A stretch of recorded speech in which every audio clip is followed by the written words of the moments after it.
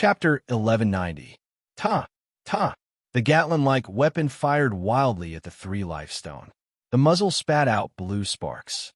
When the bullets hit the 3-life-stone, they actually nailed in. Row after row of bullets forcefully nailed the words Entienzwa into the 3-life-stone.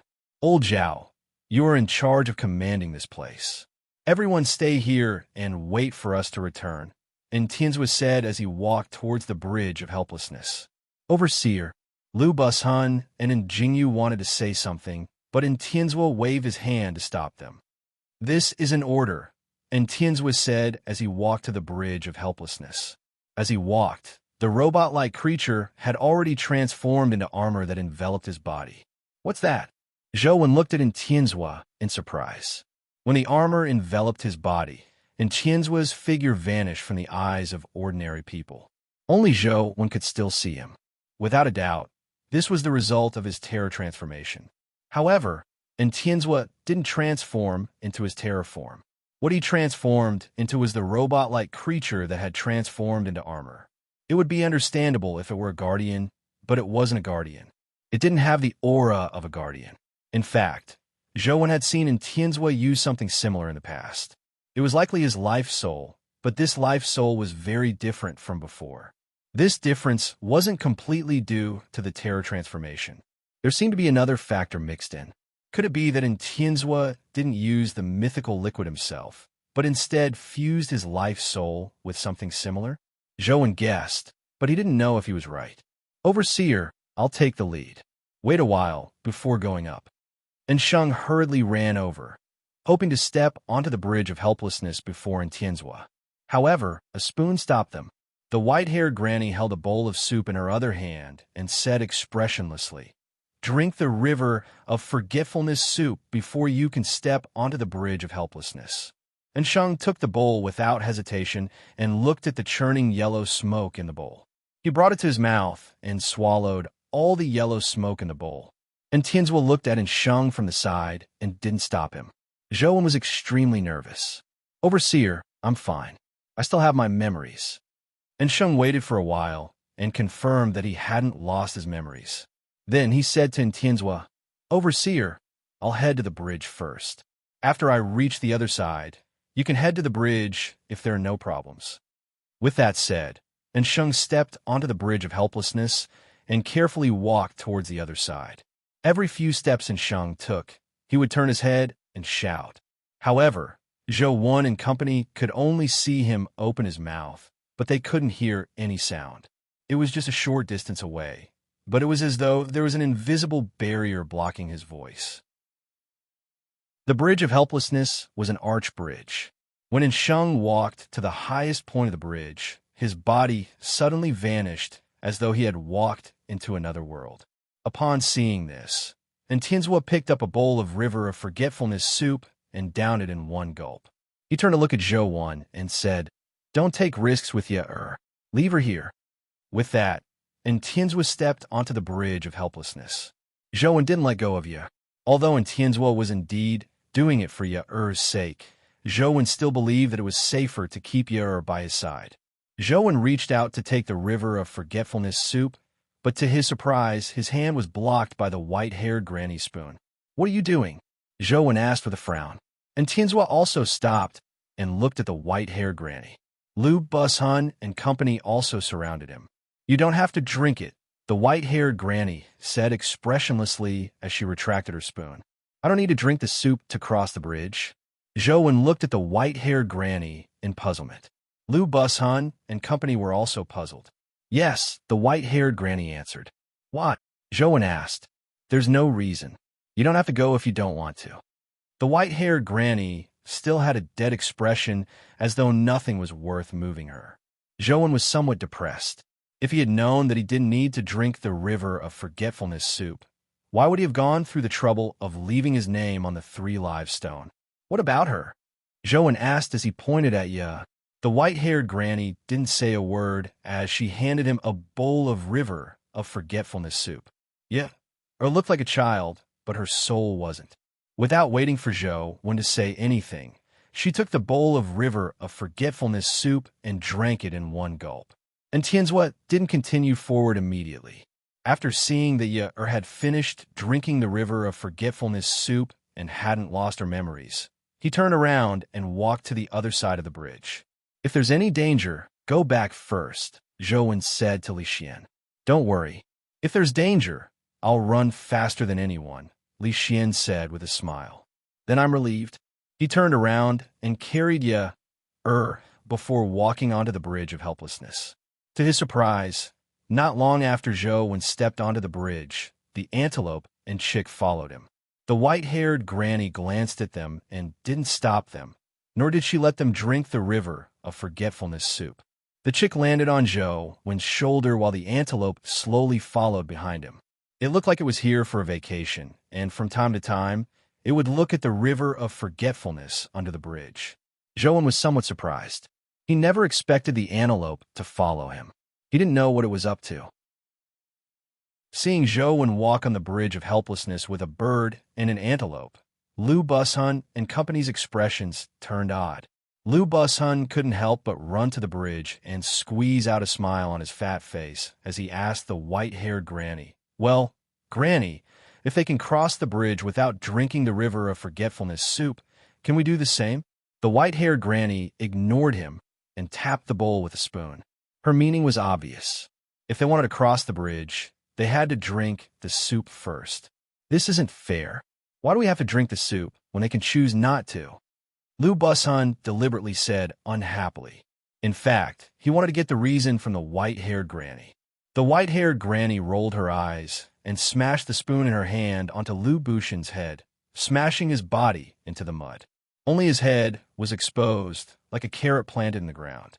"Do you think it's fair now?" the white-haired granny asked coldly. "Fair, too fair."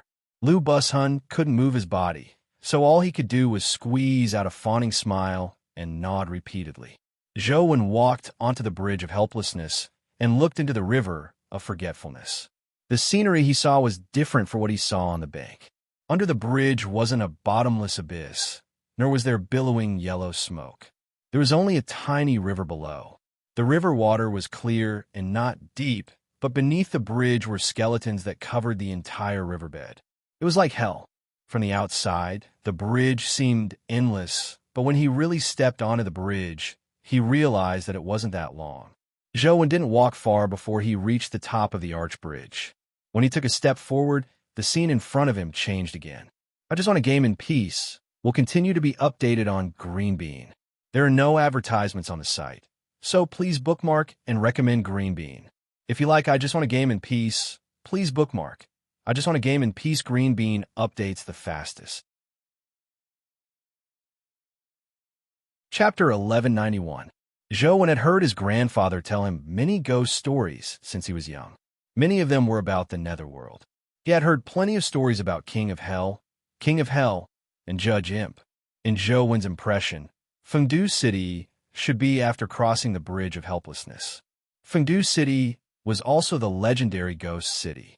Legend had it that the 10 kings of hell lived in Fengdu City. There was also an earlier ghost Tharch, Earthcount, who also lived in Fengdu City. However, the place he lived in was called Yudu in legends. Regardless of which legend it was, one should be able to see some legendary mighty figures in Ghost City after crossing the Bridge of Helplessness. However, the scene Zhou saw when he stood on the Bridge of Helplessness was somewhat different from what he had imagined. There was no Fengdu City, no King of Hell, not even a small temple. On the other side of the Bridge of Helplessness, there were only 6 huge doors. On them were the words Celestial Path, Azura Path, Hell Path, Hungry Ghost Path, Animal Husbandry Path, and Human Path. And Sheng and Tianzhua were standing in front of the 6 doors, as though they were hesitating over which door to enter. Zhou walked over with Ye in his arms. And Sheng and Tianzhua weren't too surprised to see the chick and antelope come over. Over the past 5 years, the chick and antelope had followed Jing, who had disguised as Zhou and had shown many strange things. Furthermore, Sheng was in charge of taking care of them when Zhou wasn't around. With Sheng's attentiveness, how could he not discover the antelope's uniqueness? Upon seeing Zhou come over, Sheng said, "These 6 doors should be the legendary 6 paths of reincarnation. Legend has it that once ghosts enter, they will reincarnate, but it doesn't say what will happen to living people when they enter. Zhou thought for a moment and said, if this is really a land of the 6 paths of reincarnation, with so many living beings dying on Earth every day, this place would have long been filled with ghosts. How can it be so quiet? It's probably just a dimensional zone. And Sheng nodded slightly. Although that's the case, since there are 6 paths, it's very likely that there's a taboo power that corresponds to the 6 paths of reincarnation. We have to be wary of this. Furthermore, we don't know which door Madame and the others have entered. If we were to try one by one, it would waste too much time. Zhou sized up the 6 doors and said, in theory, entering the human Dao door is naturally the most normal choice. And Tianzhua, who had been silent all this time, suddenly said, she won't choose humanity. Why? Zhou was puzzled, and Tianzhua didn't answer. By the side, and Sheng hurriedly explained, Madame's personality is a little different from the average person. If it were the average person, they would definitely choose the safest human path. However, if it's Madame, she will definitely think further. Perhaps such an obvious hint, like the human path, is a trap in itself. As such, she will choose another door. Of course, this is just an example. In fact, Madame might have thought more. With her personality, the possibility of her choosing to take the human path is indeed very small, and Sheng added. Zhou thought for a moment and felt that what Sheng said made sense. From the few times they met, Ouyang Lan was indeed someone who didn't play by the rules. The first time Zhou went to her place for a meal, she had tricked her daughter. Back then, Zhou was truly shocked. Then, which door will Sis Lan choose? Zhou sized up the other 5 doors. His understanding of Ouyang Lan was limited, so he really couldn't guess which path she would choose. Didn't I just say that Madame's personality is unique? It's really hard to guess which path she will take, and Sheng said helplessly as he spread out his hands. And Tianzhua suddenly said, although her personality is unique, it's definitely not the kind of person who will act recklessly. She will definitely choose a path that we can guess. And Sheng looked at Tianzhua and asked, Overseer, in your opinion, which path will Madame choose? I'm thinking, and Tianzhua answered. And Sheng looked at the doors and said, the animal path shouldn't be possible. Madame loves beautiful people so much, so it's impossible for her to want to transform into other creatures. The hungry ghost path, the hell path, and the animal path are known as the 3 evil paths. They aren't good places either, so the chances of Madame choosing them aren't high. The remaining heavenly path and azure path are both possible. Typically speaking, ordinary people would choose the legendary heavenly path that has good karma, but with Madame's personality, she might choose the azure path. What kind of place is the azure path in the legends? Zhou only knew the name of the 6 paths and didn't have a deep understanding of them. The azure path is the fiendish path. Usually, falling into the fiendish path refers to the azure path. However, the azure path is also listed as one of the 3 good paths. The reason behind it is very complicated, so I haven't understood it in detail, and Sheng explained. And Tianzhua looked at the azure path's door and said, Azura is spread across the 6 paths. The heavenly path has heaven azura, the human path has human azura, the hell path has hell azura, and the hungry ghost path has hungry ghost azura. Azura is the manifestation of the path they are in. They are ever-changing and different. However, the only similarity is that azura is warlike. It's the same no matter which path they are in. Sheng, you are right. With my wife's personality, she is most likely to choose the azura path. Furthermore, she can only choose the azura path, and Tianzhua said as he walked toward the azura path's door. Why? And Sheng asked in puzzlement. Although the possibility of it being the heavenly path was lower, it wasn't impossible. And Tianzhua said without turning his head, it's because after watching a certain battle in the past, she doesn't have a good impression of anything with the word heaven in it. She even wants to change the word heaven my name, so she definitely won't choose the heavenly path. Which battle is it? Why don't I know? And Sheng asked. However, and Tianzhua didn't answer him. He had already walked through the Azura Path's door. Zhouwen was also somewhat curious as to which battle had made Ouyang Lan dislike the word heaven. Young Masterwan, let's go in as well.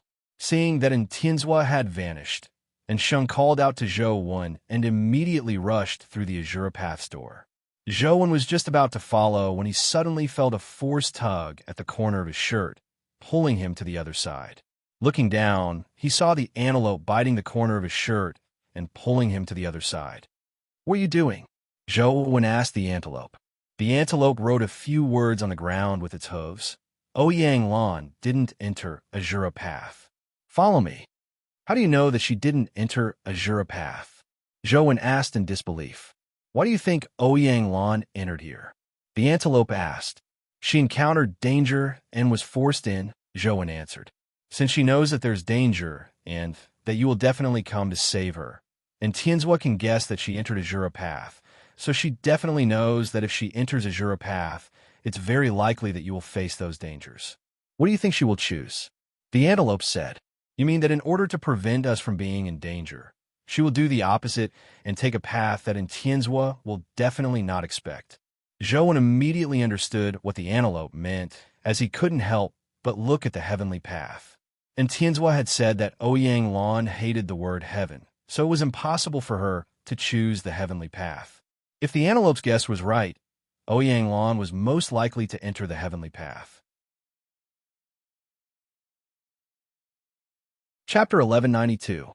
Although this was only the antelope's guess, Zhouwen felt that it made sense.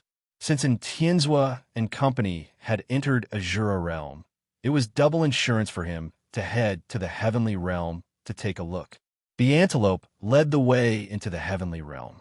Zhouwen carried Ye and the chick and followed. The heavenly realm's door was like water. When Zhouwen's body touched the door, he sank in before arriving in front of a huge mountain. How big could mountain be? In Zhouwen's imagination, it was at most the size of the Himalayas. However, the mountain in front of him gave Zhouwen the feeling that it had no end or peak. Looking around, he couldn't see beyond the mountain. Looking up, he couldn't see the top. Then, Zhouwen realized that he was actually very far away from the mountain. However, because the mountain was too big, it formed a sense of oppression that gave him the illusion that he was at the foot of the mountain. With a thought, Zhouwen used teleportation to get close to the mountain, but after teleporting several times, he was surprised to discover that he was still so far away from the mountain. It was as though he wasn't close at all. "Walk over." The antelope rode on the sandy ground. Zhouwen nodded and walked forward with Ye in his arms. Before long, he suddenly saw a figure fly over. Flying sky. Zhouwen sized up the figure in the sky. It was an extremely beautiful woman. Her clothes fluttered in the wind, making her look like an otherworldly fairy. However, she had the aura of a dimensional creature. It was somewhat similar to the fairy Zhouwen had seen in the past, but there were also some differences. Moreover, this flying woman's body was suffused with a strange light, causing her skin to look as moist and translucent as milk. "It's a celestial," the antelope wrote on the ground. "You've been here before?" Zhouwen asked the antelope. The antelope didn't answer, but the celestial woman had already flown over. Before Zhouwen could decide what to do, the chick spat out a ball of golden flames and burned the celestial woman to ashes. An essence energy crystal fell from the sky and landed in the sand. Zhouwen picked up the essence energy crystal and used his phone to look at it. He realized that it was a 64 valued essence energy crystal. Clearly, the celestial woman was a mythical existence. The group continued walking forward and soon saw a few more celestials. There were men and women among them, and all of them were extremely handsome. Furthermore, they were mythical creatures. Unfortunately, the chick wasn't romantic at all. It spat out golden flames and burned all the celestials it saw to death. Another 2 crystals dropped, one of which was a crystal with 80 constitution. It allowed Zhouwen to replenish his stats. Although he had advanced to the mythical stage for a long time, his stats hadn't reached perfection. Only one stat had reached 81 points. These celestials are clearly at the mythical stage. Why do they look so weak? Zhouwen asked the antelope in puzzlement. Although the chick was very strong, those heavenly beings were at the mythical stage after all. It didn't seem reasonable for them to be burned to death without any resistance. The antelope curled its lips and rode on the ground. Weak? You'll know soon enough whether they're weak or strong. When Zhou asked again, the antelope didn't say anything else as it walked in the direction of the mountain. On the way, they encountered some celestials, but they were burned to death by the chick. Those celestials weren't the fastest and weren't strong. No matter how one looked at it, they were at the bottom of the mythical stage. They were about the same as the mythical fake immortals in Deer Terrace Pavilion, or even weaker. Zhou hadn't approached the mountain despite teleporting a few times. Now, he was getting closer and closer to the foot of the mountain. When he was about to reach the foot of the mountain, he suddenly saw a female celestial glowing with red light at the foot of the mountain. After discovering Zhou and company, the female celestial flew over. The chick mercilessly opened its mouth and spat out a ball of golden flames. However, this time, the chick's flames failed to burn the female celestial to death. She actually dodged the flames spewed out by the chick.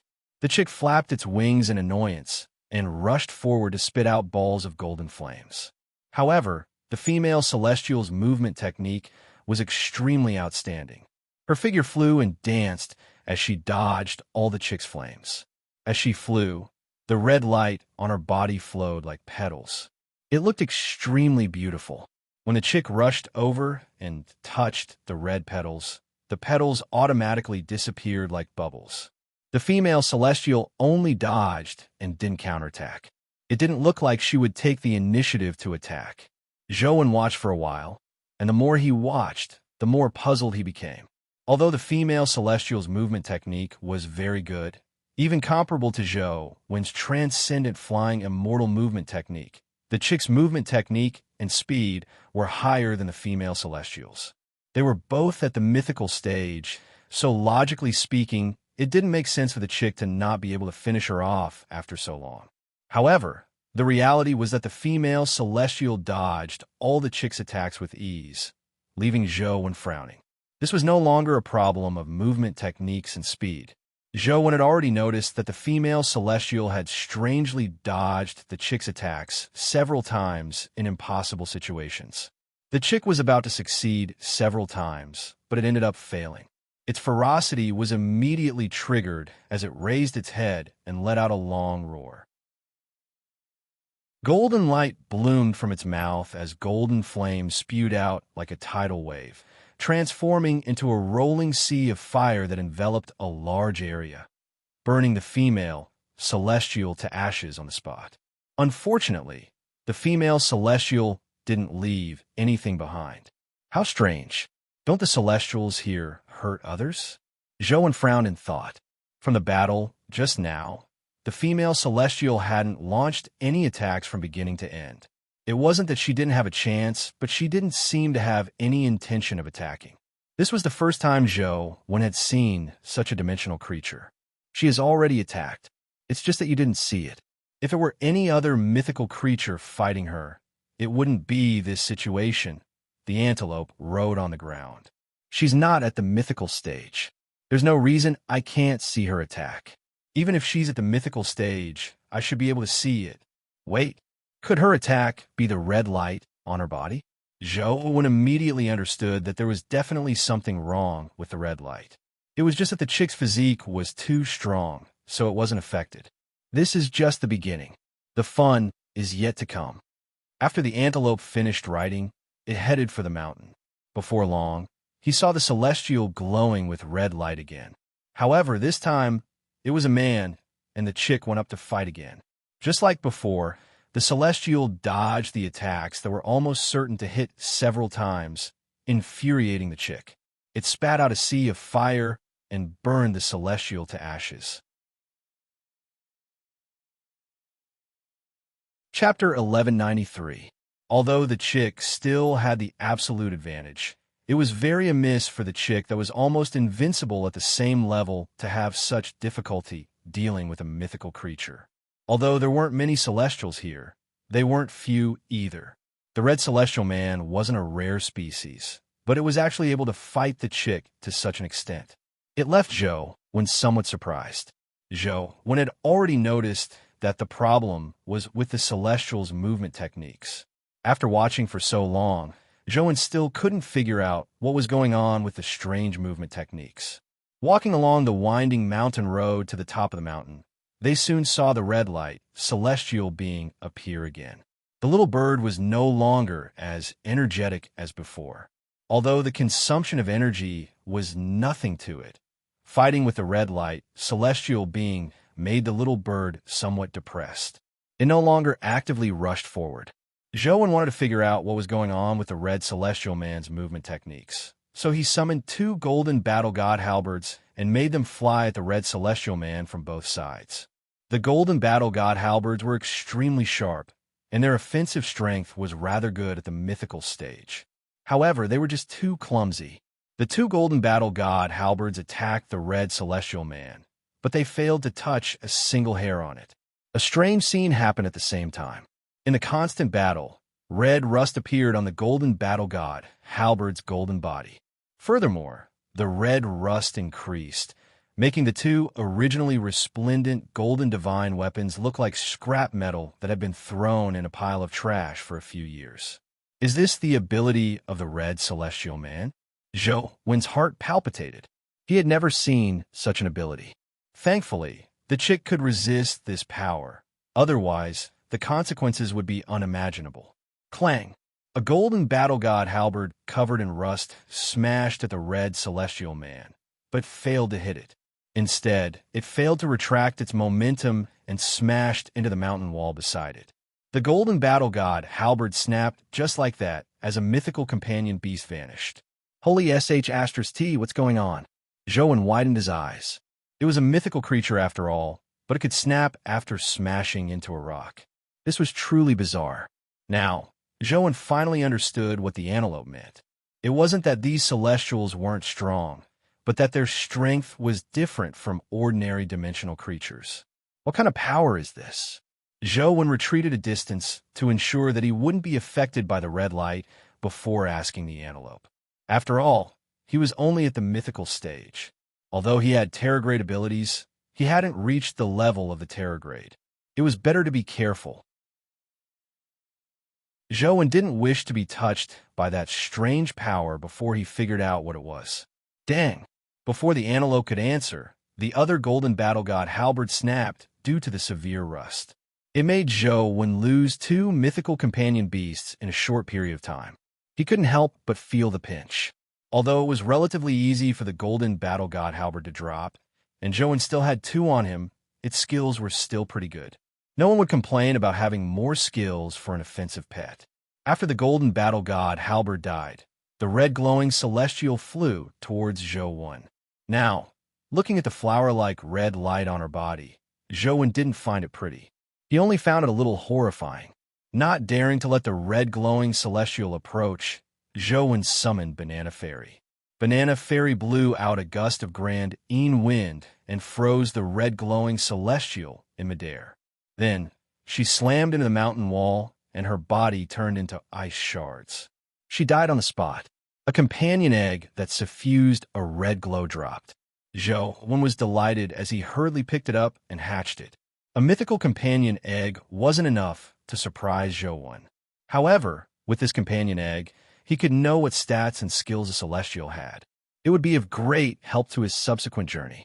Zhou refused to believe that there weren't any Terragrade celestials in such a place.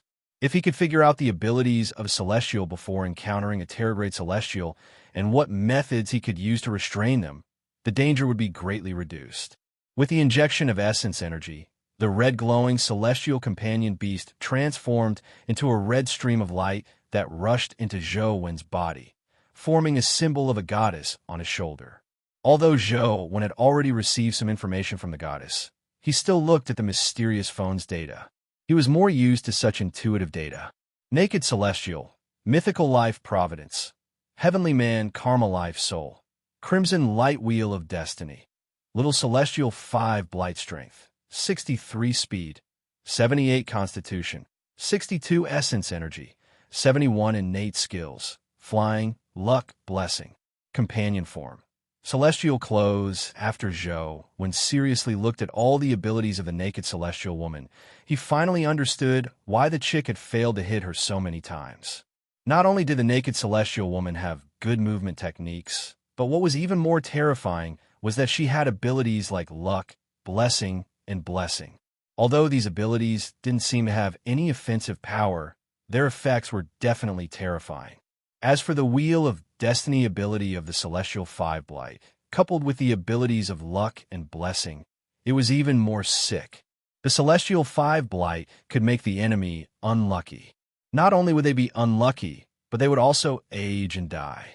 The enemy would become unlucky, while she had luck and blessing.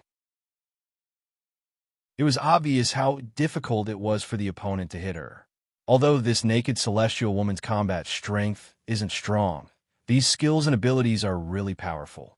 If skills like luck and blessing can be used on combat pets, it would be even more sick. Zhou finally understood why the naked celestial woman could sometimes dodge attacks in such an unbelievable manner. It wasn't that her movement technique was strong, but that her opponent was unlucky. She was just too lucky. The only pity was that the naked celestial woman's luck and blessing skills were only effective on her. They didn't affect the people around her. Everything else is fine.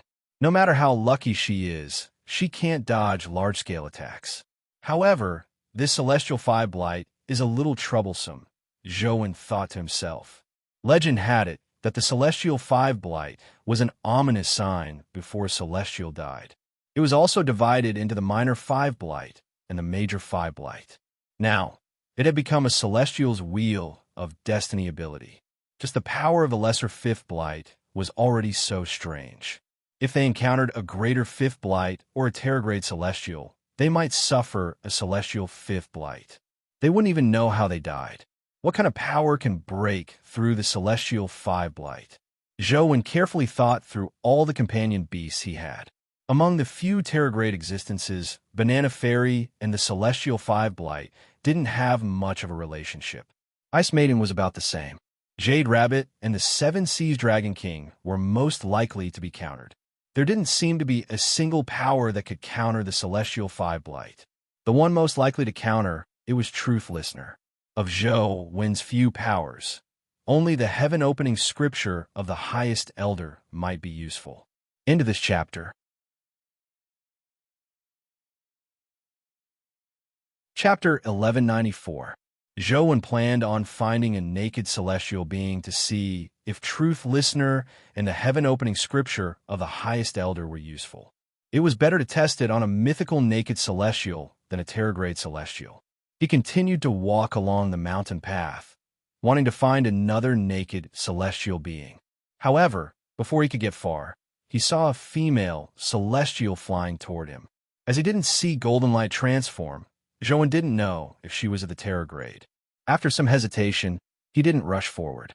Instead, he summoned the fiend-armored Tiger Soul General and got him to charge at Golden Light. Zhou wanted to give it a try. He wanted to see if stats like Heavenly Decay, Luck, and Blessing were effective against a companion beast like the fiend-armored Tiger Soul General that had explosive negative powers. After all, the Jinx's master skill had always been a sore point for Zhou. Even if the fiend-armored Tiger Soul General died, he wouldn't feel the pinch.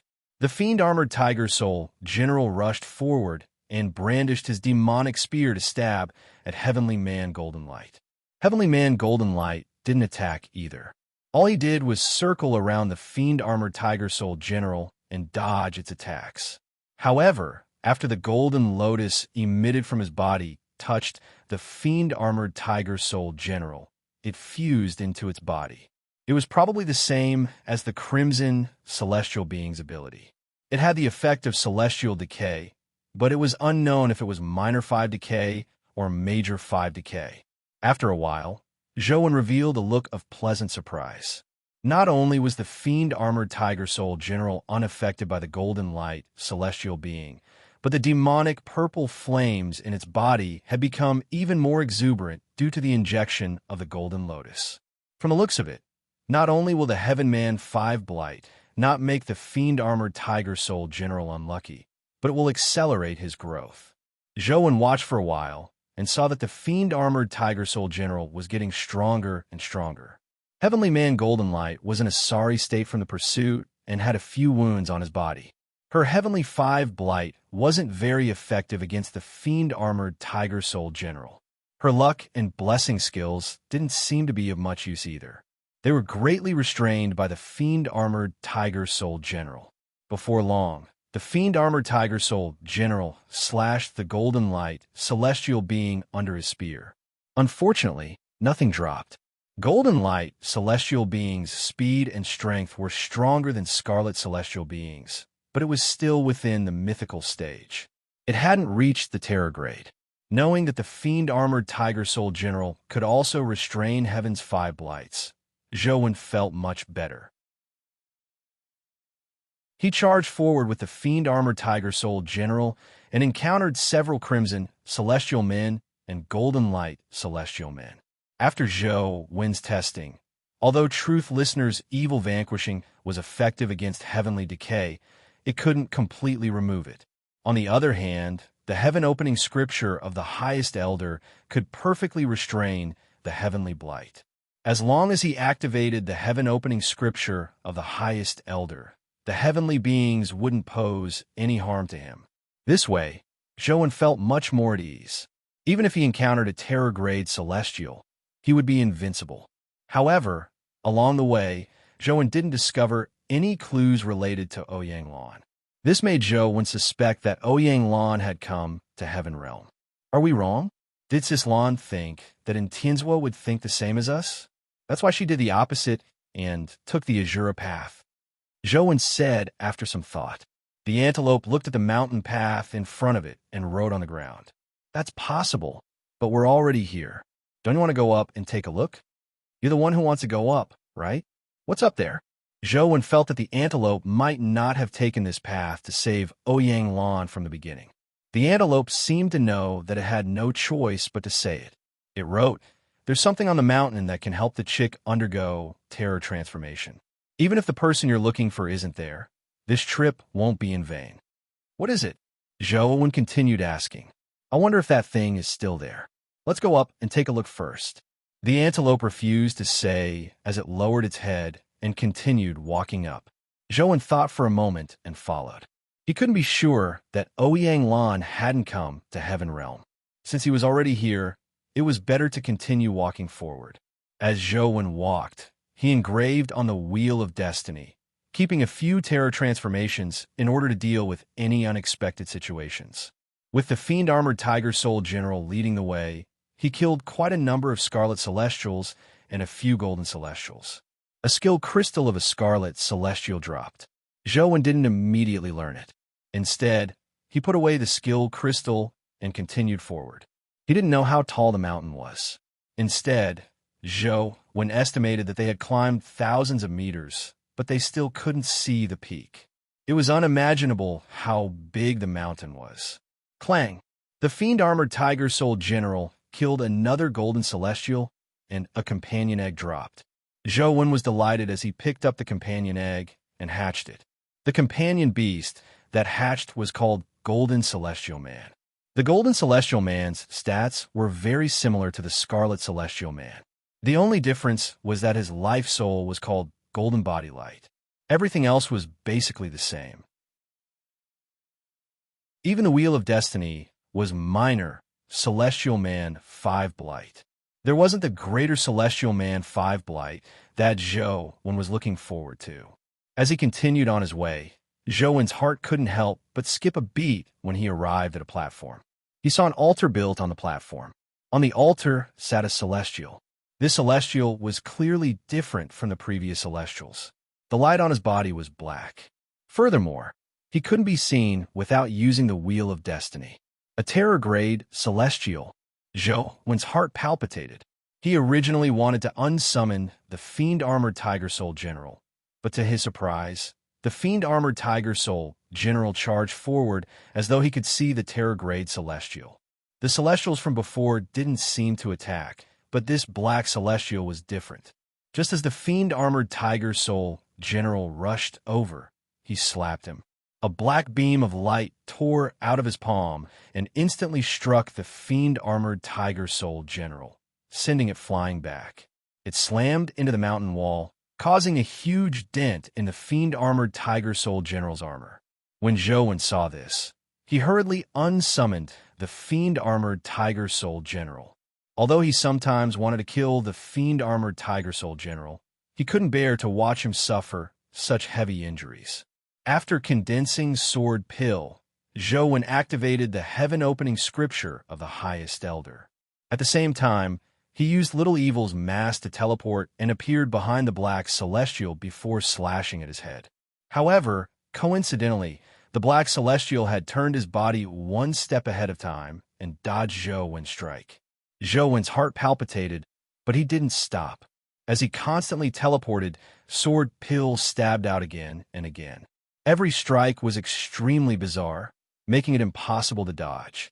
Strangely, no matter how fast Zhou's teleportation was or how accurate his sword was, the Black Celestial dodged it. It was as though he could predict the future. He could dodge any attack from Zhou in advance.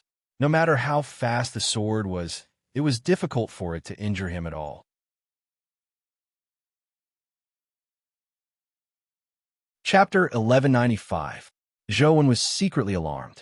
This was the result of the heaven-opening scripture of the Highest Elder protecting him.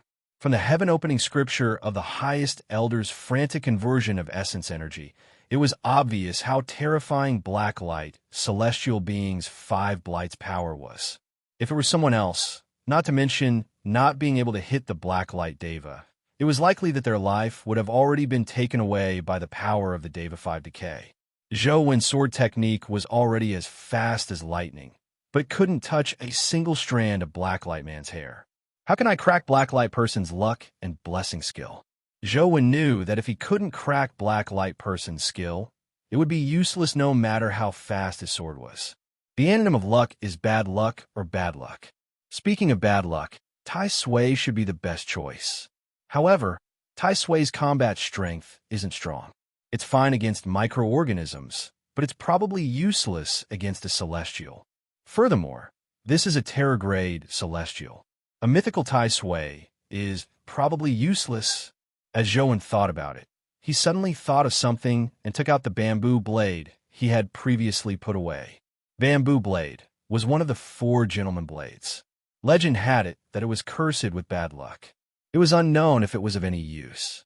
Now, Zhou could only treat a hopeless situation as a last resort. There was nothing else he could do. If it didn't work, he could only get Banana Fairy to take action and see if an area of effect attack was useful against Black Light Man. However, after slashing a few times, he failed to injure Celestial Black Light. Just as Zhou was feeling disappointed, the bamboo blade sliced through Celestial Black Light's sleeve. Looks like it's still useful. Zhou was overjoyed as he injected the power of fear into the bamboo blade and slashed at Black Light Man again and again. Soon, Zhou realized that the chances of bamboo blade hitting the Black Light Man were very low. Only 1 strike out of 100 strikes could hit. Furthermore, it was very difficult to hit a vital spot. Even so, Zhou was already overjoyed. As long as he could encounter a mortal Blacklight, he would have a chance to kill him. It was better than having no chance at all. If 100 slashes were not enough, then he would make 1,000 slashes. If 1,000 slashes were not enough, then he would make 10,000 slashes. There would come a time when he would die. Zhou's transcendent flying immortal was fast enough to begin with. Coupled with the clown mask's teleportation ability, he was unbelievably fast. Saber beams flashed as though they were slashing at a mortal blacklight from all directions. It was unknown how many strikes he had delivered. The wounds on Immortal Blacklight's body gradually increased. Although they weren't fatal, they were still enough to injure him. In the end, Immortal Blacklight's body was densely covered in saber wounds, and he was forcefully scraped to death by Zhou. A strange terror-grade creature was brutally killed by Zhou just like that. In the end, all that was left was a pile of bones. Its flesh and blood had been stripped dry. Zhou didn't want to be so cruel, but he had no choice. Apart from that, he couldn't kill Black Light Man at all. Clang! A companion egg that emitted black light fell out of Black Light, Celestial Man's body, leaving Zhou Wen overjoyed. A Terror-grade companion egg. Zhou Wen hurriedly picked up the companion egg. He never expected it to be so easy this time. Furthermore, this black radiant celestial being's ability was so special.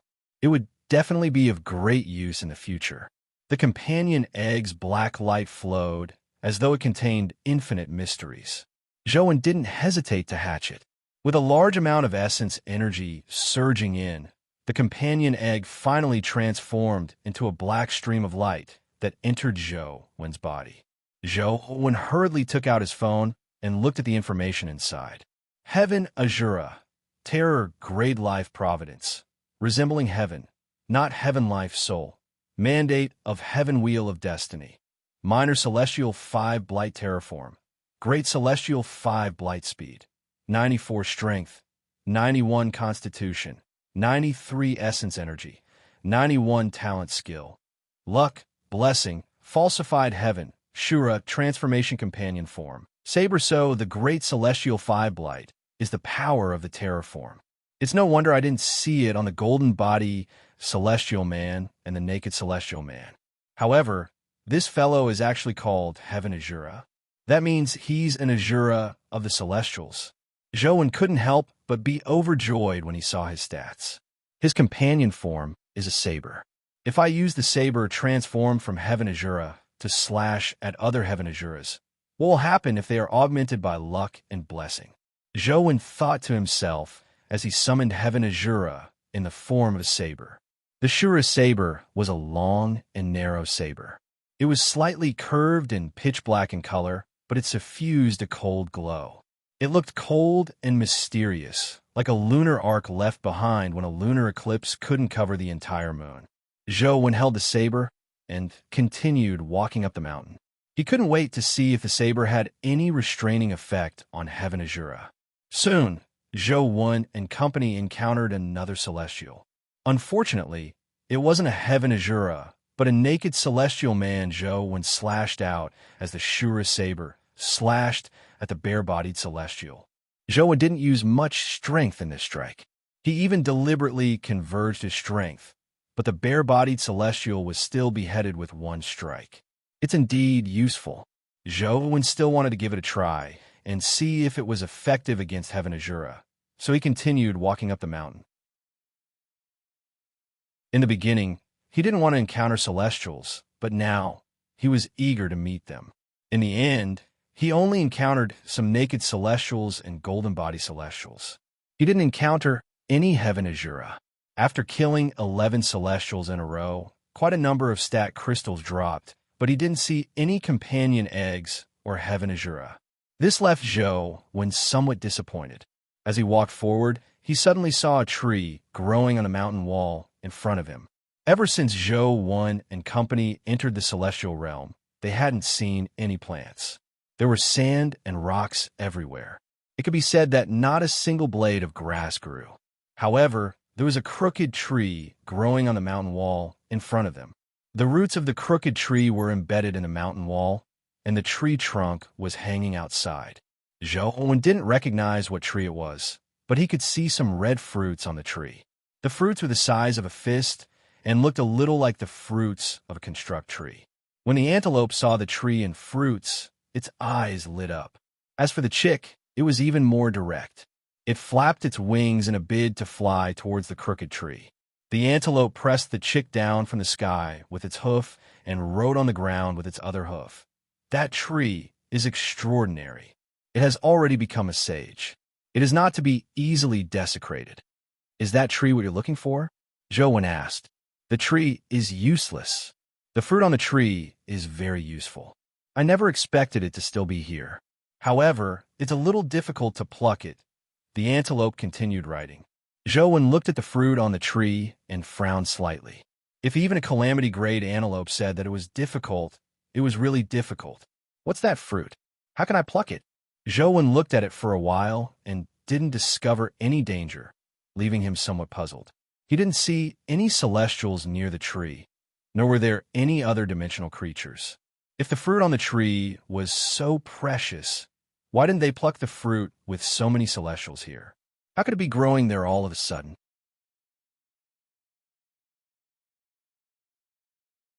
Chapter 1196. Do you know what mountain this is? The antelope asked as it wrote. I don't know. Joan had no idea what mountain it was. He had never been here before, and there was no monument at the foot of the mountain. It's terrifying to be uncultured. Since you know that this is the heavenly realm, haven't you heard of Mount Meru? The antelope revealed a look of disdain. This is Mount Meru? Then, is the legendary Sakura living on the top of this mountain? Joan looked up at the mountain top, but he still couldn't see the end. You sure are overthinking things. That's not something you should be thinking about now. It's better to think about how to pluck the fruit. The antelope continued writing. Since you have heard of the word Mount Meru, you should know about mustard seed Mount Meru, right? I don't think I've paid attention to this word. What does mustard seed Mount Meru mean? Joan really hadn't paid attention to such knowledge. He had chanced upon Mount Meru while reading Buddhist scriptures in the past. He had only read it as a story and hadn't studied it in detail. The antelope was somewhat speechless as it explained. Mustard seed refers to an extremely tiny space. Mount Meru refers to Mount Meru. Mustard seed Mount Meru means that an extremely tiny space can accommodate a mountain. Storage space? Joan immediately thought of a term. Something like that. That's roughly what it means. The antelope nodded slightly.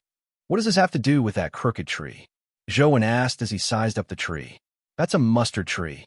The fruit on it is a mustard seed, the antelope answered. The fruit is a mustard seed? Didn't you say that a mustard seed is extremely tiny? Why is that fruit so big? Joan found it unbelievable. Who told you that the fruit is a mustard seed? The antelope wrote disdainfully. Joan was first taken aback before he understood what the antelope meant. He stared at the fruit and said, You mean that there are many mustard seeds in that fruit? A mustard seed can accommodate a Mount Meru. There are many mustard seeds in that fruit. If you reach out to pluck it, you will immediately fall into the endless space. You might not be able to rush out your entire life. Then how do I pluck it? Joan asked. I don't know. If it were that easy to pluck, it wouldn't still be there. Even calamity-grade creatures might not be able to escape if they fall into that endless space, the antelope said. You don't even know how to pluck them. What's the point of bringing us here? Joan frowned. Solutions are thought of by humans. You're also considered a human. Don't you know how to think? The antelope rolled its eyes at him. I don't want that mustard fruit. I'm just here to look for someone. Why should I want it? If you want it, think of a way yourself.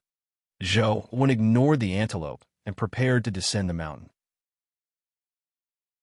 From the looks of it, Ouyang Lan did not come here at all. Otherwise, when they passed by the heaven Azura, they would have left some traces.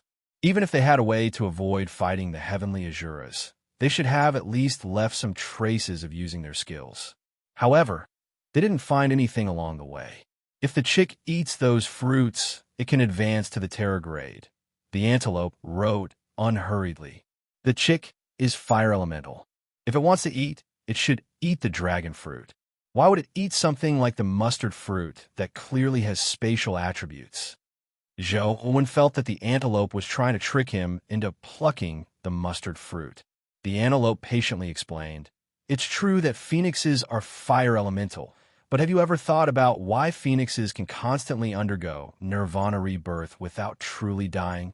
Phoenixes' nirvana and revival are naturally fire elemental powers. What's there to say? Joan said. From this, we can tell that you don't understand phoenixes at all.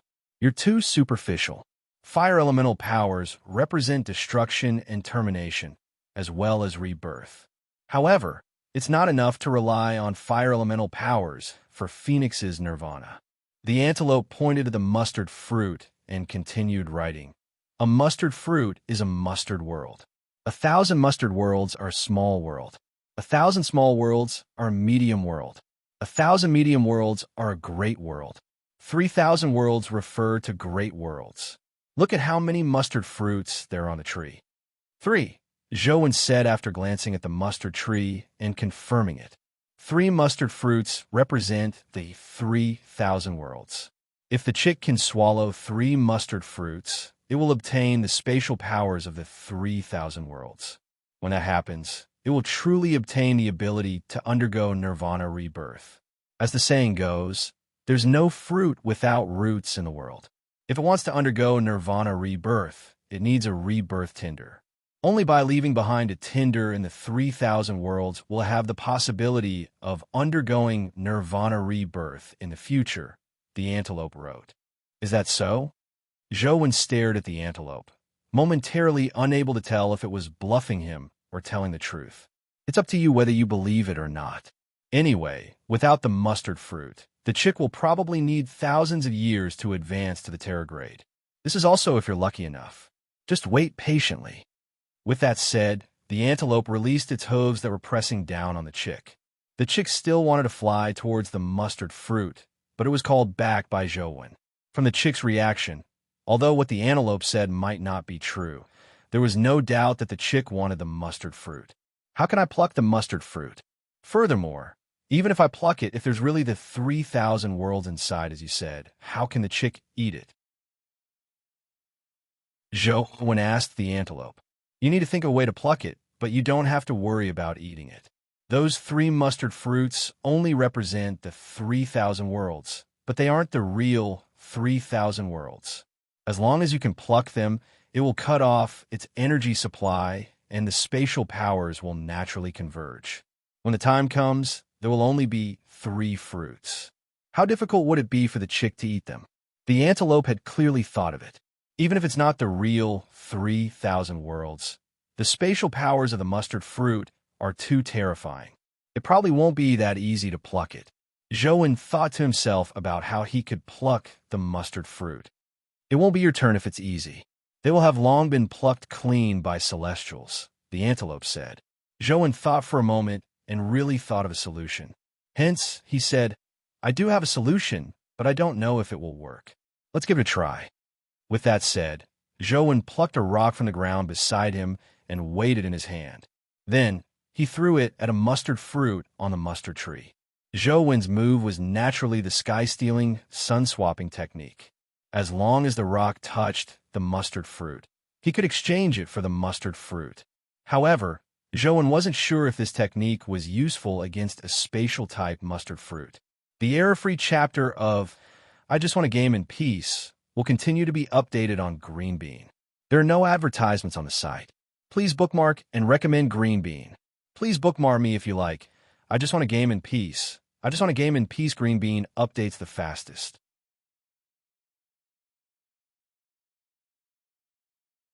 Chapter 1197. The stone quickly flew close to the fruit. Just as it was about to approach the fruit, it suddenly vanished. It was similar to when Zhou used teleportation. The antelope didn't lie to me this time. That mustard fruit is indeed spatial. There's a huge space inside. The mark Zhou had left on the stone was still there. He could sense that the stone had been teleported to a special space. I don't know if it will work. Zhou could still sense the spatial mark on the stone. He planned on continuing to try the sky-stealing, sun-shifting art, but he didn't know if he could succeed under such circumstances. After all, the stone had been sent into another space. It was hard to say if the sky-stealing, sun-shifting art could work. The clown mask that represented the God-fiend era and the singularity universe that represented the sky-stealing, sun-shifting art circulated at the same time, producing a strange resonance. Zhou sensed the spatial mark on the stone and used the sky-stealing, sun-shifting art. This technique combined the 2 spatial elemental powers of fear. The moment he used it, Zhou realized that the fruit had undergone a strange change.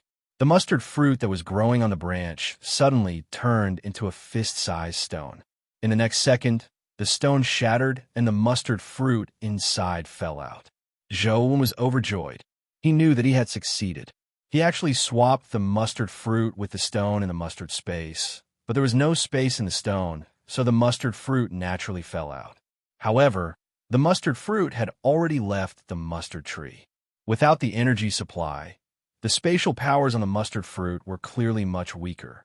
Without waiting for Zhou to catch the mustard fruit, the chick rushed out excitedly.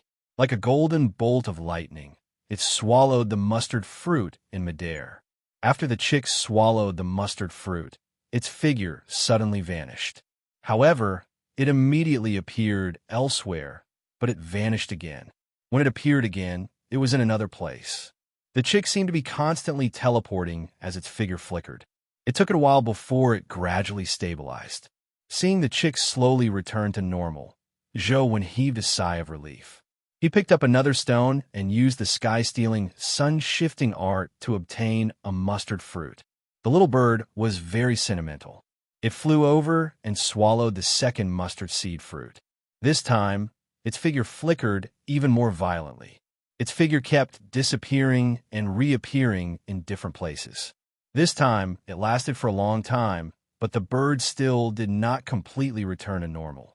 Even if it stood there without moving, its body would suddenly disappear and then reappear. Not good. There's a scary guy coming. Quick, pick the third one. The antelope suddenly made a sound instead of riding on the ground. Its expression turned extremely grim. Zhou also felt that something was amiss.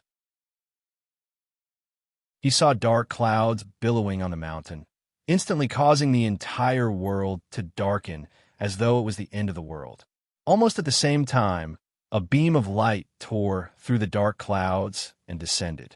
It illuminated the area where Zhou, and company were. The light was just too fast. Before Zhou could pluck the third fruit, the light had already scattered down, illuminating the area. Pure lands of bliss domain. F***KU. I haven't lived enough. I don't want to go to Western Paradise.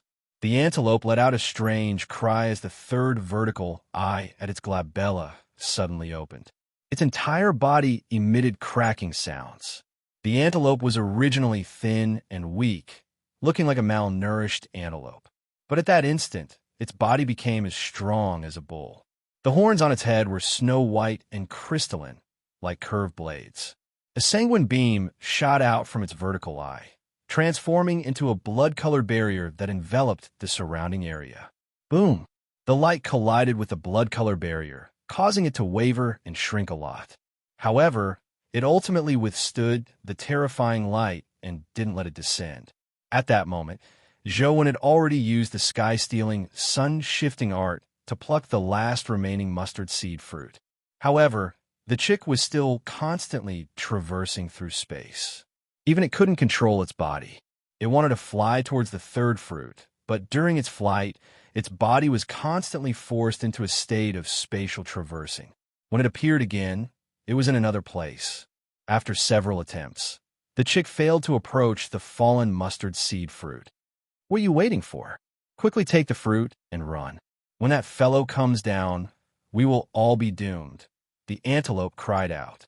Its vertical eye was already streaming tears of blood as though it was about to split open. The blood-colored barrier also wavered as it was compressed smaller and smaller, as though it would shatter at any moment. Without any hesitation, Zhou teleported over and grabbed the fallen mustard seed fruit. Then, he grabbed the chick and wanted to take it away. However, just as he grabbed the chick's body automatically traversed through space and disappeared from Zhou's hand, appearing elsewhere. Zhou saw that the situation wasn't right. The chick's body was too unstable, so it was impossible to grab it. He made a prompt decision and took out the chaos bead. When the chick teleported out again, Zhou stuffed it into the chaos bead space and stuffed the remaining mustard seed fruit inside. When he didn't see the chick teleport out again, Zhou fled down the mountain at full speed. Seeing that Zhou had succeeded, the antelope turned around and ran. It ran much faster than Zhou, and in a moment, it was in front of him. Rumble. However, the radiance kept attacking the antelope. Furthermore, it became more resplendent and resplendent. It caused the antelope's blood-colored barrier to produce cracking sounds as many cracks appeared. The radiance was penetrating through. After suffering such a heavy blow, blood spewed out from the antelope's vertical eye as its eyeball almost exploded. F***KU. Do you really think I don't have any goods? The antelope cursed and suddenly opened its mouth to spit out something. At the same time, it shouted, Grand Supreme Elderly Lord is as urgent as the law. Freeze! With that, the antelope spat out another mouthful of blood onto the item it had spat out. It was a yellow talisman. After the blood was spat out, the yellow talisman emitted a sanguine glow as a blood-colored Tao talisman shone like a lamp. The yellow talisman flew to the blood-colored barrier and stuck to it like a seal. The blood-colored barrier that was about to shatter actually stabilized and didn't shatter from the radiance.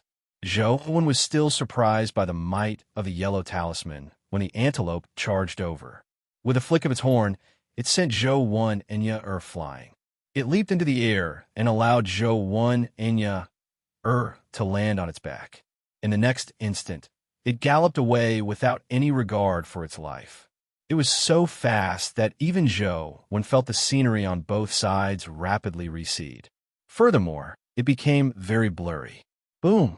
A world-destroying beam of light descended and heavily bombarded the blood-red light shield. Even with the power of the yellow talisman, the blood-red light shield was still shattered. Terrifying light scattered down.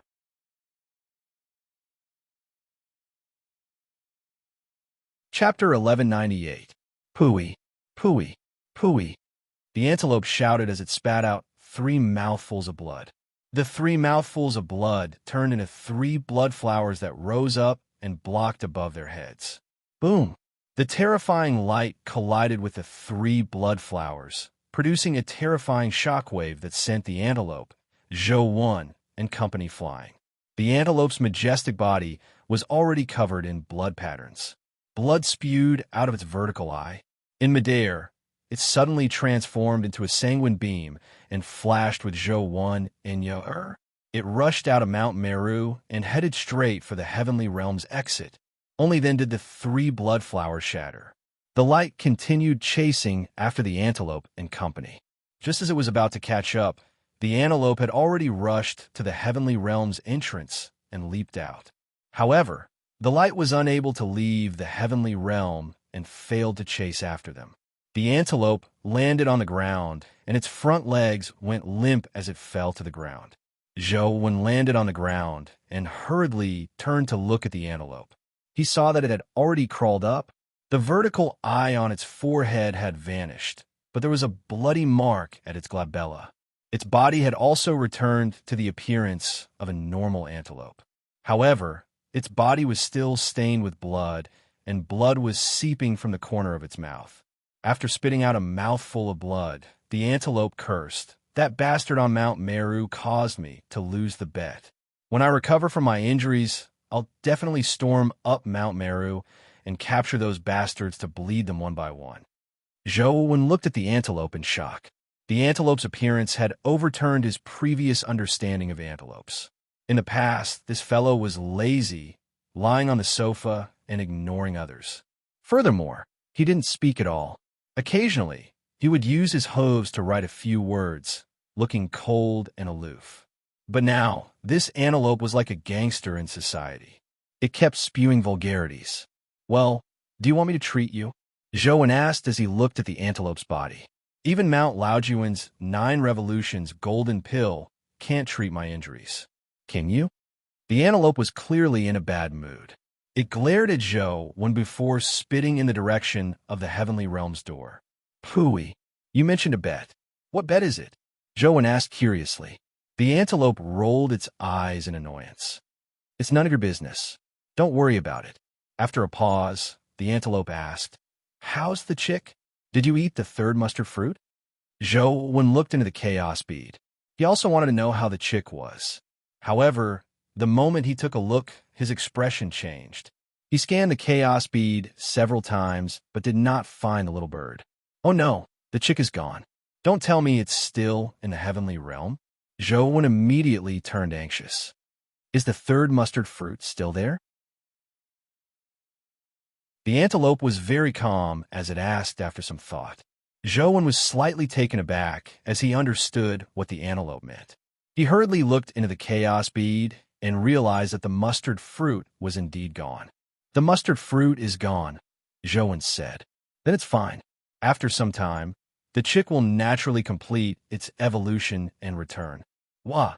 As the antelope spoke, it suddenly spat out a mouthful of blood. Its body trembled, and it nearly fell. It looked like its injuries were indeed not light. I have a dragon tiger pill essence here. It has the effect of reviving the dead. See if it's useful. Seeing that the antelope's situation was terrible, Zhou summoned the mythical dragon tiger pill essence. If not for the antelope risking its life, it would have been difficult for them to escape alive. Although the dragon tiger pill essence was rare, there would always be a chance for it to drop in the future. In such a dangerous place, the combat strength of the antelope was more useful than a pill essence. That low-grade item is useless to me. Keep it for yourself. The antelope glanced at Azura Path's door and continued. The person you are looking for is probably in Azura Path. If you want to go, be careful. I'm injured, so I won't be playing with you. The antelope was straightforward. With that said, it turned around and walked towards the bridge of helplessness, hoping to leave the strange 6 paths of reincarnation. As it walked, it cursed. I've suffered a huge loss this time. Sooner or later, I'll skin those bastards alive and hang them on the flag for sky lanterns. As Zhou watched the antelope walk onto the bridge of helplessness, a thought suddenly flashed through his mind. Don't tell me this fellow can't speak when he made a bet with someone? Without any time to think, Zhou gritted his teeth and turned to walk towards Azura Path's door. Since Ouyang Lan and company weren't in the Heavenly Tao, they were most likely in Azura Path. Azura Path was a demonic path, so it wasn't safer than the Heavenly Tao. It might even be more dangerous. Since there were calamity-grade existences in the Heavenly Tao, there were definitely some in Azura Path. Now, Zhou only hoped that Sheng and company were fine. Taking a deep breath, Zhou walked into Azura Path. The moment he entered, Zhou was given a fright. He saw a saber that suffused a cold glint cleave down at him, about to cleave at his face. Thankfully, Zhou was prepared.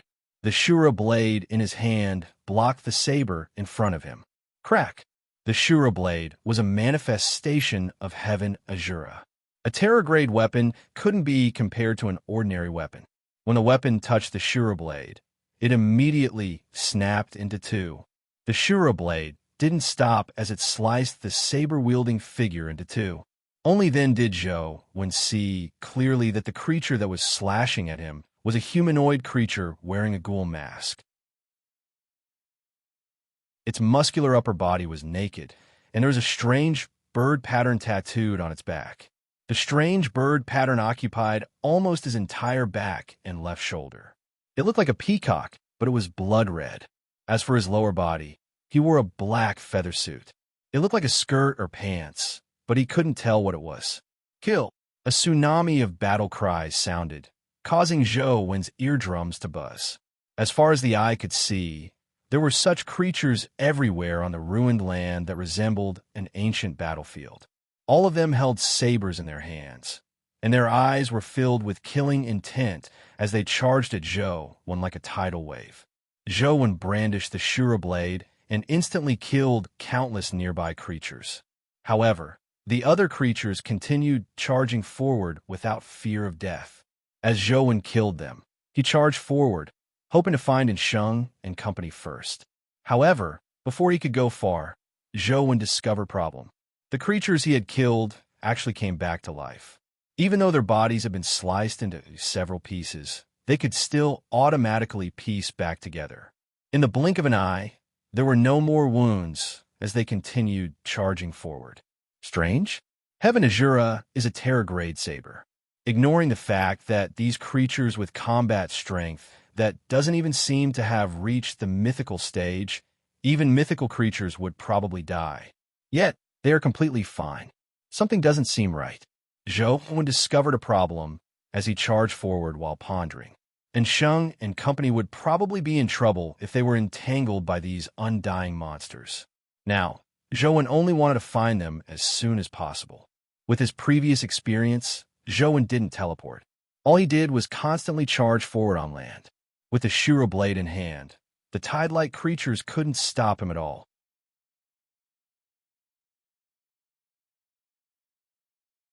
Chapter 1199. After Sheng and Tianzhua entered Azura Path, They encountered the same situation as Zhou.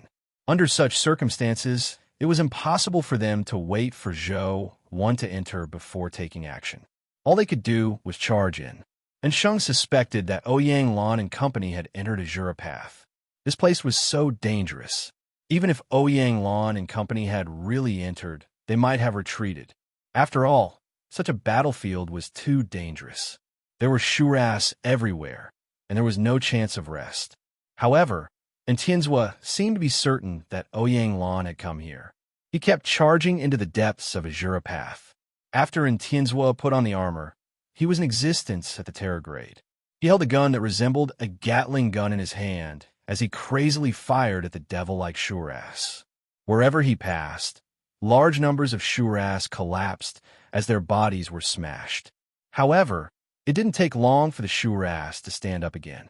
Their bodies returned to their original state as they pounced forward again. There was no lack of mythical existences among the Shuras, but against Tianzua's firepower, their bodies were blasted apart before they could even charge forward. Occasionally, one or two of them would slip through the net and be killed by Sheng. The two of them charged all the way, and after charging for an unknown distance, a strange altar appeared in front of them. The altar was formed from black stone pillars. There were a total of 12 stone pillars, and there was a flag erected on the stone pillar in the middle. The flag fluttered in the wind, and there was a picture of an anchor on it. And Tianzua and Sheng didn't look at the flag. Their gazes were focused on the stone pillars. They saw a few people tied to different stone pillars. One of the stone pillars was Ouyang Lan. The people on the other stone pillars were the Sunset Army generals who had come to Netherworld City with Ouyang Lan. They were chained to the stone pillars, and all of them were on the verge of death. Most of them had already fainted upon seeing the whip marks on Ouyang Lan and company. Their clothes were torn and blood seeped out of the cracks in their clothes, and Tianzua's eyes instantly turned cold. The Gatling gun spewed out tongues of fire as the firepower seemed to become even more violent. It forcefully blasted the group of Shuras in front of it into sieves. Even powerful mythical existences were as fragile as paper in the bullet storm. And Tianzua flew up and wanted to rush to the altar to save Ouyang Lan and the others. Suddenly, a cold light appeared and shot toward Tianzua's chest like a phantom. The cold light was so fast that it reached his heart in the blink of an eye. And Tianzua didn't have time to adjust the muzzle of the Gatling gun. Dang! The great sword in Tianzua's other hand swung down like a ghost and collided heavily with the cold light. Sparks flew in all directions. The cold light was actually an arrow. The tip of the arrow collided with the hilt of the sword. Sparks flew everywhere, and Tianzua's body uncontrollably took a step back. The arrow also deviated from its trajectory and shot into the ground beside him. Rumble! A large hole was blasted in the ground, but the arrow had disappeared. And Tianzua frowned as he looked in the direction of the altar. He saw a man wearing purple armor and a devil mask standing on one of the stone pillars of the altar. He held a hunting bow in his left hand and opened the palm of his other hand. The arrow that had disappeared reappeared in his palm and was gently pinched between his fingers. "Are they finally here? I've been waiting for you for a long time," the person said indifferently as he looked at Tianzua. "Who are you?" And Tianzua stared at the person and asked slowly. The person had the aura of a guardian, but he couldn't sense the aura of a human. It was unknown if there were any humans inside the armor. "Saint, Xiao," the person said calmly. "Were you waiting for me?" And Tianzua didn't immediately rush towards the altar and only asked coldly. "Yes." Xiao nodded slightly. "You forced them to come here, just to lure me here?" And Tianzua continued to ask. Xiao nodded before shaking his head. "Half and half. If you die, they will die too." "Why?" And Tianzua didn't get angry as he continued asking. Xiao didn't answer, but suddenly laughed. "People say that a son should be like Tianzua. From what I see today, you're nothing much. Your mother is being hung here by me, and I don't even know if she's dead or alive, but you're still in the mood to chat with me." And Tianzua's expression didn't change as he looked at Xiao and said, "Since you're unwilling to say, let me guess." "Oh, then why don't you take a guess?" Xiao looked at Tianzua with interest. You wanted to kill us because we were investigating the expedition team. And Tianzua's tone wasn't a question, but an affirmative statement. Is that all your guess? Xiao didn't deny it. It wasn't difficult for him to come to this conclusion. You come from the Holy Land, and Tianzua continued. That's right. Xiao nodded and admitted it. He smiled at Tianzua and said, From the word saint, I just said, you can confirm that I come from the Holy Land. It's not difficult to guess. You come from the trajectory, Holy Temple, and Tianzua said again, unmoved. Xiao was somewhat surprised this time. He looked at Tianzua and asked, How did you know I came from the trajectory, Holy Temple? It's not difficult to guess. You can guess it yourself, and Tianzua said indifferently. Xiao laughed. You are indeed an interesting person. I can't bear to kill you. Unfortunately, you will perish here today. There will no longer be an Tianzua in this world. With that said, Xiao raised a hunting bow in his hand and knocked an arrow.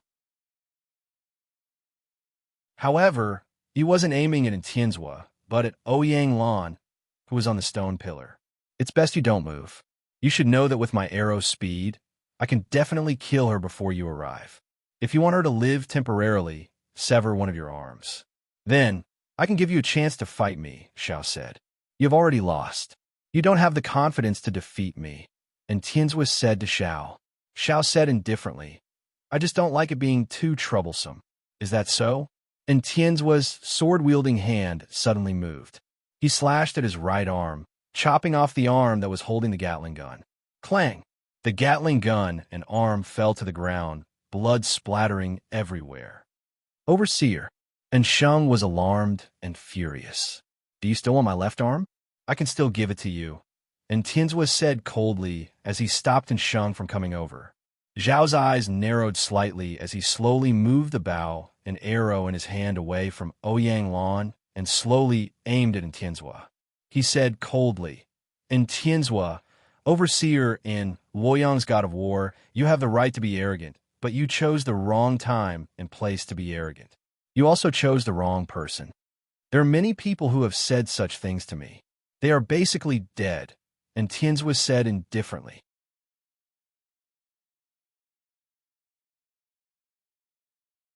Chapter 1200. Is that so? Xiao pointed his bow at Tianzua as the arrowhead gradually lit up like a light bulb. As time passed, the light from the arrowhead became stronger and more intense, like a sun. Sun true body, sun strafe art? And Tianzua was slightly taken aback. It was fine if it was the sun true body. As long as he went to the sun holy temple, he had a chance of obtaining it. However, according to what he knew, only Jing knew the sun strafe art. He had previously believed that Zhou Wen had also cultivated it, but he later realized that Zhou Wen didn't cultivate the sun strafe art. Most importantly, only the Yin family had the sun strafe art. It didn't seem like it would be taught to outsiders. At the instant Tianzua was in a daze, the arrow shot out. Like a falling sun, it charged at Tianzua with an extremely intense force. And Tianzua only had one arm left. He held the broadsword, and his eyes were firm and determined. He raised the broadsword and slashed at the sun. Boom! The dazzling light that resembled the sun was sliced apart by the broadsword. The blade collided with the arrowhead, and a terrifying light exploded like a hydrogen bomb. The surrounding Shuras were instantly annihilated as Sheng was sent flying by the shockwave. Thankfully, although Sheng hadn't reached the Terrorgrade, his skills and companion beasts were very magical. He escaped in midair and dissipated the force that struck him. After the radiance, Tianzua stood in his spot with the broadsword in hand. A large area around him had turned into a deep crater. The shattered Shuras were squirming and recovering. Where did you learn the sun strafe art? And Tianzua stared at Xiao and asked, Aren't you very good at guessing? Then guess, Xiao said with a scoff. And Tianzua clearly wasn't a person who liked to waste his breath. The broadsword in his hand slashed at Xiao on the stone pillar. Xiao stood on the stone pillar without moving until the broadsword was in front of him. Just as it was about to touch his hair, his body seemed to distort. Not only did he not retreat, but he charged at Tianzua. Due to the distortion of space, the broadsword seemed to automatically avoid him and brushed past him. Instead, the hunting bow in Zhao's hand slashed at Tianzua's neck with the bowstring as a blade. The broadsword was clumsy to begin with, and with the two of them being too close, Tianzua couldn't block in time. Everyone thought that Tianzua would dodge, but he didn't. At the instant the bowstring approached, he opened his mouth and bit the bowstring with his teeth. The bowstring instantly snapped. Almost at the same time, he snapped the bowstring, and Tianzua swung his sword horizontally at Xiao Luo's waist. Zhao's figure turned and drew an arc. It didn't look fast, but he managed to dodge the attack of the big sword. The big sword's attack seemed to have been distorted. It should have hit Zhao's blade, but it passed right in front of him. It's the Dugu family's movement technique, and Tianzua said, but his sword did not stop. It slashed at Xiao again. Didn't you say that I came from the trajectory Holy Temple? What's so strange about knowing the Dugu family's movement technique? Xiao Luo's figure was erratic as he dodged Tianzua's attacks again and again. And Tianzua knew that the truth was not as Xiao had said. The Dugu family's movement technique had indeed come from the trajectory Holy Temple, but what the trajectory Holy Temple had given them was only the technique of the trajectory movement technique. The Dugu family's present achievements were the result of their continuous research on the trajectory movement technique. The Dugu family's movement technique had already been stamped with the Dugu family's special imprint.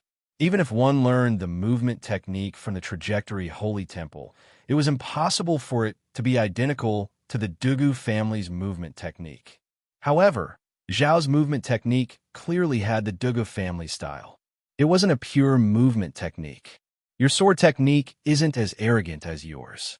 Xiao had dodged a few strikes before finally counterattacking. As he dodged the broadsword, frost appeared on Zhao's broken bow. It swept towards Tianzua like a popsicle. The ultimate family clan's frost battle aura? Tianzua's broadsword collided with the bow as a cold aura immediately emanated from the broadsword. Half of the sword was covered in frost. Tianzua parried the bow, but Xiao used the bow like a staff. His usage was extremely strange. Tianzua's broadsword had no choice but to constantly clash with the bow. With every clash, the frost battle aura on the bow will be transmitted to the broadsword. The broadsword would then be transmitted to Tianzua's hand. Tianzua's sword-wielding arm was already covered in frost, and it was still spreading to his body. Are you still sure that I'm from the trajectory Holy Temple? Xiao said as he attacked. Yes, and Tianzua answered very calmly, but his tone was very certain. He brandished his broadsword and forced Xiao to retreat. The frost on his body instantly shattered and splattered everywhere. Ice shards fell to the ground, but Tianzua's body wasn't affected by the frost. You actually managed to avoid the frost battle aura's freezing power. You shouldn't have revealed it so early.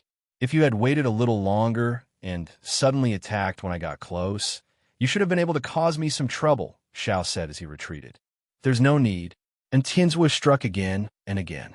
His sword techniques were domineering and upright.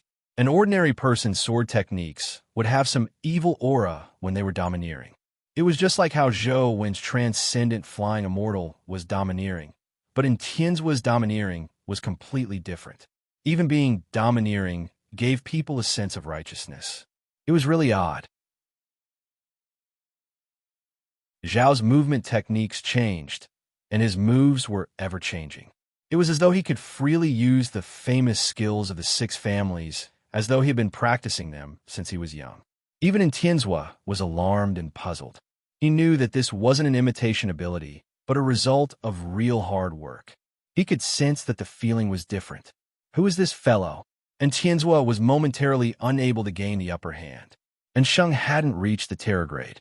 Although his talent was special and he could vaguely see some shadows, it was only a blurry shadow. It wasn't much different from not being able to see them. He could only roughly know where they were fighting. Gritting his teeth, Sheng avoided the area where they were fighting and rushed towards the altar, hoping to save Ouyang Lan and company first. Bam! Sheng wanted to rush up the altar. There was clearly nothing stopping him, but when he rushed over, he seemed to slam into a wall and was bounced back.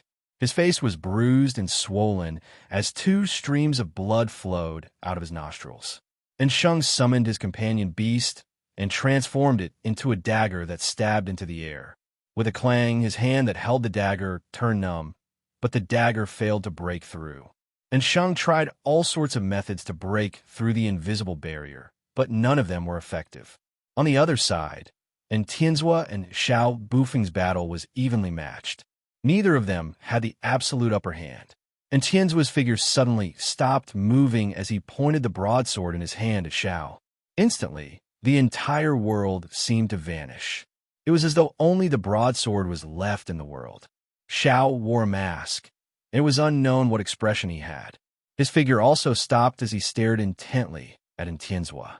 The purple armor on his body emitted a golden glow as the light of fear above his head condensed into the shape of a crown. Holy Emperor body? And Tianzhua recognized it and couldn't help but frown slightly. The Holy Emperor body originated from the divine sovereign temple and had always been passed down by the Cape family. Your power of fear is similar to the power of law. It can destroy all evil, but the power of the imperial power should be your nemesis, right? Xiao was like a supreme god emperor as he looked down on Tianzhua.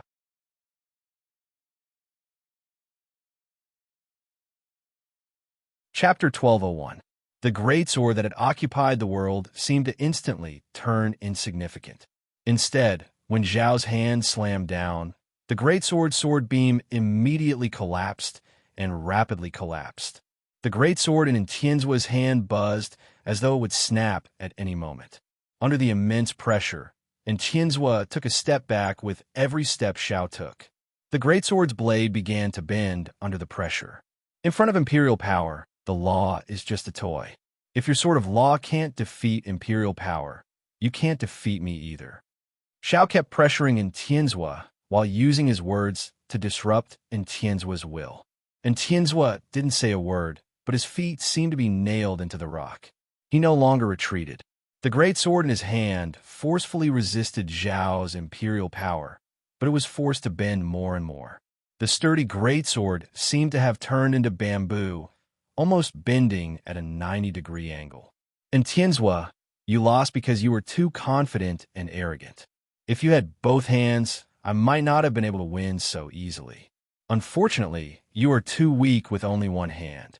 As Xiao spoke, the sacred imperial power in his body completely erupted. He punched out, and the golden light snapped the great sword, drowning Tianzhua in a brilliant golden light. However, at that moment, Zhao's expression suddenly changed drastically. He circulated his orbit movement technique to quickly retreat, but it was too late. Boom! The brilliant golden imperial power shattered as Tianzhua charged out with a broken sword in hand. In an instant, he appeared in front of Xiao and stabbed at his heart. Zhao's orbit movement technique changed strangely. Just as he thought he could escape the broken sword's attack, the broken sword in Tianzhua's hand suddenly flew out and pierced through his heart. The force in the great sword didn't stop. It slammed Zhao's body into the stone pillar behind him, pinning him to it. Xiao extended his hand in an attempt to pull out the broken sword, but when his fingers touched it, he felt as though he had been electrocuted. The power in the broken sword repelled him, and at the same time, the broken sword was nailed even deeper. So what if you have imperial power? In my eyes, there's only right and wrong. There is nothing else. Ignoring the fact that there are no longer any emperors in this era, even if there were, they would still have to be punished by the law. After saying that, Tianzhua wanted to charge towards the altar to save Ouyang Lan and the others. Xiao, who was pinned to the stone pillar, suddenly started laughing maniacally. He grabbed the broken sword in front of his chest with both hands and allowed the power of law on the broken sword to cut into his flesh. However, he remained unmoved. The armor and flesh on his body were lacerated by the power of law, but the broken sword was still forcibly pulled out of his chest. Clang!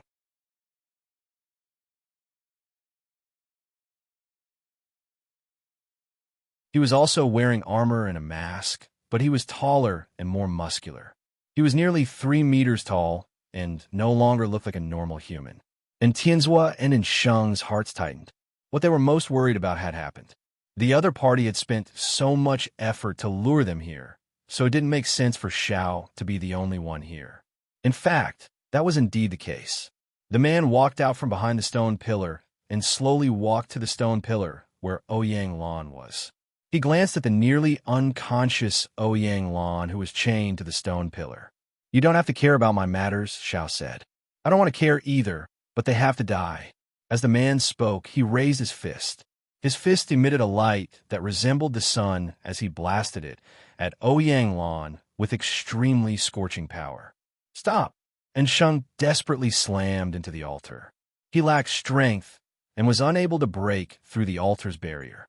When his body slammed into the barrier, he fractured his bones as blood seeped out of his mouth and nose. Knowing that it was impossible for him to charge in, and Sheng gritted his teeth as his eyes emitted a demonic glow. It was as though numbers were swirling in his pupils. Inside the altar, the man's arms seemed to be bound by an invisible rope. He paused slightly and turned to look at Sheng outside. He saw Sheng bleeding from his 7 orifices as the strange glow in his eyes intensified. Annoying bug. The man turned his arm and threw a punch at Sheng. Boom! Sheng had no time to dodge as his body was inundated by the sun-like fist force. Even the ground was blasted open, leaving a huge crater.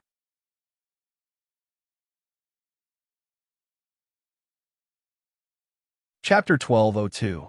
The armor on Sheng's body was in tatters, and the burns on his body were severe. His skin and flesh were almost charred. He fell into a huge pit, his body emitting smoke. It was unknown if he was dead or alive. The man turned around and was about to attack Ouyang Lan again, but he realized that the force had wrapped around his arm again. He turned his head and saw Sheng struggling to get up from the ground. His injuries were severe, so it was difficult for him to even stand up. However, the demonic glint in his eyes didn't weaken. What a disgusting bug. It's as disgusting as cockroaches. The man glanced at Sheng in disgust. The power of the sun on his fist grew stronger and stronger. Soon, it was so strong that one couldn't look at it directly. Even outside the altar, one could feel the terrifying heat from his fist. Clearly, the man wanted to finish Sheng off in one go and had no interest in continuing this fight. This time, the power of the sun on his fist was more than 100 times stronger than before. It was a true Terragrade power, unlike a casual strike from before. A sinister glint flashed in the man's eyes. His fist didn't turn towards Sheng, but continued to aim at Ouyang Lan. If Sheng gave up now, his fist would strike at Ouyang Lan. If Sheng didn't give up, he wouldn't even have a chance to escape. He would be killed immediately. Sheng could already tell what the man was planning, but he had no other choice. He stood in the pit with great difficulty as the numbers in his eyes constantly circulated, transforming into a strange force that wrapped around the man's arm, preventing him from striking Ouyang Lan. Sheng knew very well that his strength wasn't enough to restrain the man. The reason why the man didn't directly attack Ouyang Lan was because he had deliberately put him in a dilemma to see him suffer mentally. Sheng wasn't angry. Instead, he felt lucky. This was because his strength wasn't enough to truly stop the man, nor could he rush into the altar. The man's actions allowed him to stall for more time. "Your time is up." Seeing that Sheng was unmoved, the man lost interest in continuing playing. The terrifying sun-like fist force blasted at Sheng. The entire world seemed to be drowned by the blazing white fist force. Even the air seemed to melt. Sheng, let's go." Tianzhua wanted to rush over a few times, but he was held back by Xiao. He failed to rush over as he roared at Sheng. "Overseer, I hope I could be your adjutant in my next life." Sheng calmly faced the sun-like punch. He no longer had a chance to leave, nor did he have any intention of leaving. The terrifying light and heat melted everything. Just as Sheng's figure was about to be drowned, a cool breeze blew over. When the terrifying flames encountered the cool breeze, not only were they unable to take advantage of the wind, they were extinguished in an instant. In just an instant, the sun-like fist force was extinguished without a sound. Wherever the cool breeze blew, frost formed on the ground. A girl as graceful as a fairy flew to Ensheng's side while sitting on a banana leaf. Ensheng was overjoyed when he saw the girl's appearance. He turned his head and saw Zhou Wen walking over with Yer in his arms. "Young Master Wen, you're finally here. Why are you so slow?" Upon seeing Zhou Wen, and Tianzuo's expression eased as he stared intently at Xiao. "It's already not bad that you came here alive." Zhou Wen came in front of the altar and looked at the man on it. "You are Zhou Wen, right? You came just in time.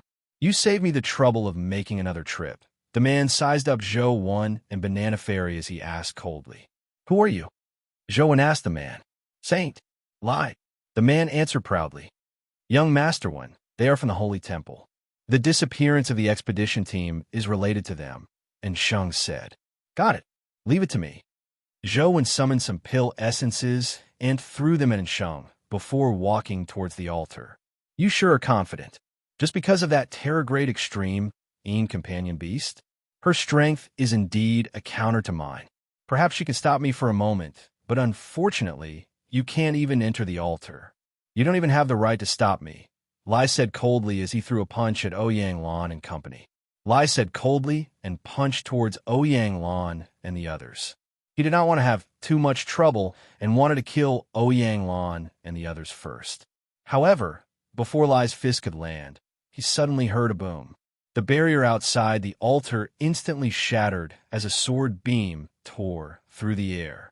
In his shock, Lai threw a punch at the sword beam, but his sun fist couldn't block the sword beam.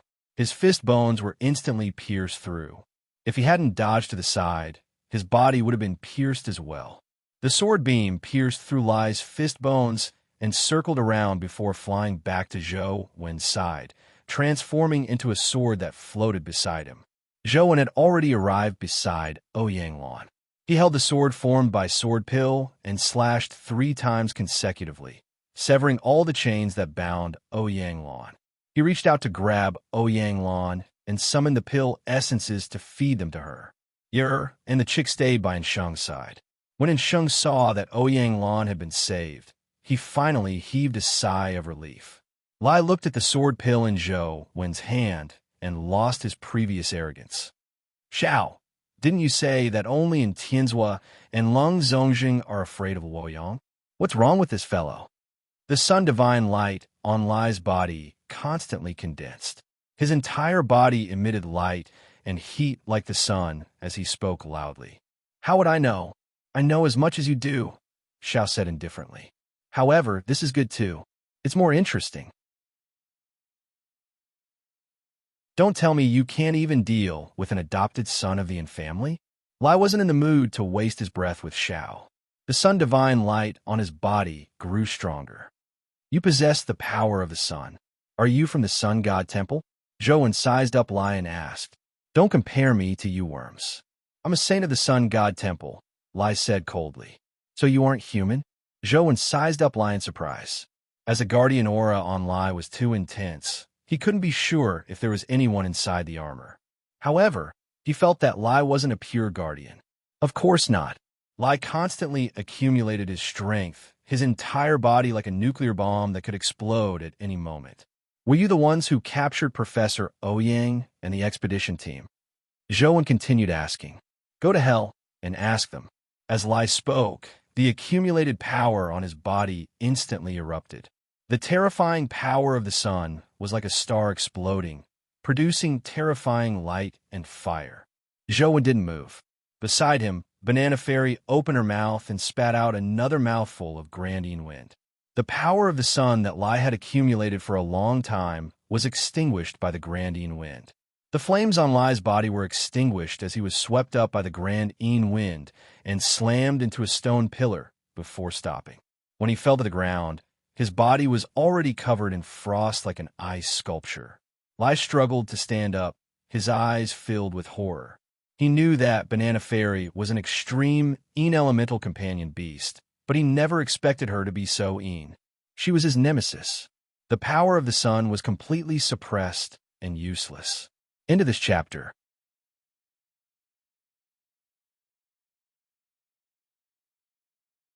Chapter 1203. Zhou Wen teleported to Lai's side. planning on capturing him alive. After investigating for so long, he finally had an idea. He naturally had to get to the bottom of it. Go to hell with me. However, before Zhou Wen could touch Lai's body suddenly swelled up like a drum. Light and fire seemed to be spewing out from within. He had chosen to self-destruct without any hesitation. Damn it, Zhou Wen could teleport away, but there were other people chained up in the altar. If he allowed Lai to self-destruct here, the others would definitely die. Instantly, Zhou Wen made up his mind. Almost at the same time Lai's body exploded, he reached out and pressed down on him, teleporting him away. Boom! In the distance, there was a terrifying explosion in the group of Shuras. The explosion was like a hydrogen bomb, destroying countless Shuras in an instant. When Xiao saw this scene, his figure flashed as he drew a strange trajectory, charging towards the exit of a Jura path. And Tianzua chased after Xiao and held him back. Under Tianzua's sword attack, Xiao couldn't escape for a moment. After Ouyang Lan ate the pill essence, she had already woken up. Zhou Wen placed her beside Sheng and brandished his sword to save the other chained people. Only then did he rush over, planning on helping Tianzua take down Xiao. He could only get to the bottom of the matter regarding the former principal from these people. He really wanted to know if the former principal was still alive. Zhou Wen joined the battle with sword pill in hand. His sword techniques weren't inferior to Tianzua's, but their styles were different. Although they had never worked together before, it didn't affect each other's performance at all. They had a tacit understanding. Facing the combined attacks of the two, Xiao was immediately at a disadvantage. He was in imminent danger. Xiao was a ruthless person. He endured Tianzua's full-powered strike and charged out of the encirclement. However, to everyone's surprise, he didn't charge towards the exit of a Jura path. Instead, he charged towards Sheng and Ouyang Lan. Zhou Wen and Tianzua rushed over to stop him. Zhao's figure suddenly changed as he landed on an altar beside them. The two immediately knew that something was amiss. Zhao's goal was the altar. He was charging at Sheng and company to divert their attention. Under such circumstances, this person's train of thought is still so clear. He also has such execution ability. He's truly a figure. Zhou Wen teleported over as Sword Pill continued slashing at Xiao on the altar. Xiao had suffered an attack from Tianzua, but he recovered extremely quickly. Zhou Wen also recognized it as the Xia family's invincible Khanate divine art. He knew that ordinary injuries were useless against him. In this strike, Zhou Wen had also hidden the power of Brahma. Su didn't dodge. Instead, he stuck out his chest and faced the sword pellet. The extremely sharp sword pellet pierced through his body, and fresh blood immediately flowed out from the sword pellet, dripping onto the sacrificial altar. Zhou Wen's expression changed slightly as he guessed the reason for Zhao's actions. However, he had no other choice. He brandished Sword Pill, hoping to slice Zhao's body into two. Zhao's body strangely retreated as a foot-long wound appeared on his chest. However, he wasn't cleaved into two. A large amount of blood from Xiao Shun's body fell onto the altar. When the altar came into contact with the blood, it began to spin like a roulette. As the altar rotated, the position of the stone pillar also began to move.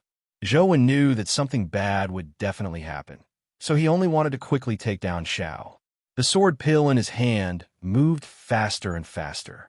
However, Zhao's movement technique wasn't weak either. His trajectory movement technique wasn't inferior to Zhou Wen's transcendent flying immortal. His speed wasn't inferior to Zhou Wen's, and he was even faster. After all, Zhou Wen was still at the mythical stage. His stats hadn't reached the level of the Terror grade, so he was at a disadvantage in this aspect. As the altar rotated, a strange thing happened. The Azura, who was originally unafraid of death, retreated like a tidal wave as they quickly distanced themselves from the altar. When all the stone pillars formed a circle, a hole cracked open in the middle of the altar. Boundless demonic aura spewed out like a volcano eruption. Ashura rushed out with demonic aura. He looked similar to ordinary Shuras. He wore a mask, a bare upper body, and a feather skirt. There was a strange bird tattoo on his back, and he held a shura blade in his hand. The difference was that this shura's hair, mask, feather skirt, strange bird tattoo, and shura blade were all purple. Typical shura were black. A Terrorgrade Azura? Just as Zhou was thinking, the Azura had already slashed at him. It was unknown what Xiao had done, but Azura, who was also on the altar, ignored him and slashed at Zhou. This strike was filled with demonic aura. Be it its strength or abilities, it was completely different from the heavenly Azura. Zhou brandished his sword to block as the sword pill collided with the Shura saber. A strange thing happened. The Shura saber was like an illusion as the sword pill passed through it, while the Shura saber continued slashing at Zhou. Without any hesitation, Zhou teleported away from the altar. He didn't test the saber with his body. When Zhou appeared under the altar, the Azura chased after him and slashed at Zhou's neck like a ghost. "Let's meet again if fate wills it," Xiao chuckled. Xiao said with a chuckle. His figure flew up and drew a strange trajectory in the air, heading in the direction of the exit of the Azura path. And Tianzhua immediately chased after him, hoping to stop Xiao. Zhou didn't dare chase after him. He might be able to shake off the Azura if he used teleportation, but if he and Tianzhua left, and Sheng and company would be in danger if the Azura changed targets after being shaken off. Zhou could only hope that Tianzhua could capture Xiao while he fought the Azura. This Azura was very strange. Zhou used teleportation to dodge his attacks. Sword Pill stabbed him several times, but it was as though he had stabbed an illusion. There was no point of impact. Could this be an illusion? Zhou was puzzled. When the Azura slashed at him again, he deliberately summoned a poison bat to block the Shura blade. In the end, the poison bat was sliced into two by the Shura blade. It was dead. Zhou secretly rejoiced that he hadn't used his body to test it. At the same time, he felt a headache. His attacks were useless against the Azura, which meant that the Azura was invincible. From the looks of it, it should be a power similar to a spirit body. I can only try Great Brahma. Zhou summoned Great Brahma.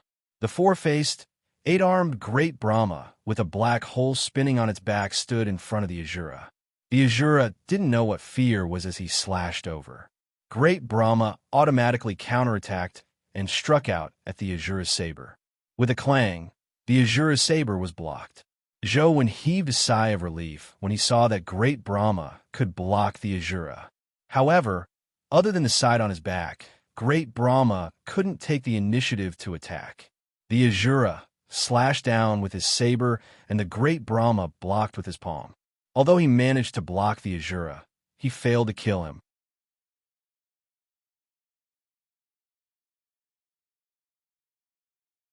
Chapter 1204. The Azura was blocked by Brahma as Zhou looked at the altar.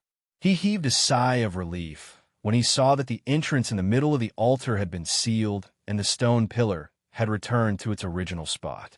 No other dimensional creatures rushed out. "Sis Lan, are you all right?"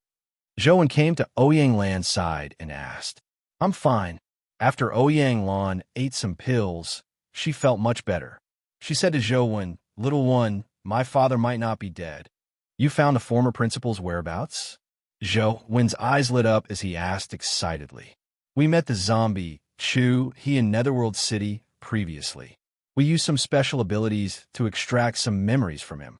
Although the memories are very incomplete, we still gained something," Ouyang Lan said.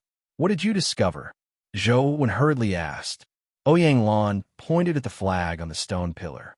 This, before Chu he was replaced, he had seen this symbol on the fake expedition members more than once. Zhou didn't know if this had anything to do with the former principal being alive or not. It could only mean that they came from such an organization. Ouyang Lan continued. "Now, we already know that this symbol is related to the Holy Temple. And after those two fellows captured us, they kept asking about my father. It's very likely that they are looking for something. If my father has what they need and they haven't found it, if it were you, would you kill my father?" "No." Zhou finally understood why Ouyang Lan said that the former principal might still be alive. In other words, The former principal might be in the Holy Temple. Zhou was somewhat excited. After investigating for so long, he finally knew where the former principal might be. Although it's only a possibility, it's better than blindly searching in the past. Unfortunately, entering the Holy Land isn't an easy task, Ouyang Lan said with a sigh. The Holy Land had a restriction on the level of those who entered. High-level humans couldn't enter, and it was useless for low-level humans to enter. They would only end up being toyed with. Zhou had entered the Holy Land before, so he naturally knew about the 6 holy temples. They looked like they were the guardians of humans, but in fact, they were extremely strange places. If low-level people were to enter to investigate this matter, it was basically no different from courting death. Sis Lan, this isn't a place to talk. Rest for a while. We'll return after I finish off that Azura. Zhou got in Sheng to take care of Ouyang Lan and company as he walked towards Azura again. Zhou wanted to chase after Xiao, but with Tianzhua already chasing after him, he couldn't do so. Otherwise, if Xiao Sha returned and captured Ouyang Lan as a hostage, it would be even more troublesome. Zhao's trajectory was too strange. Even Zhou was 100% confident that he could stop him.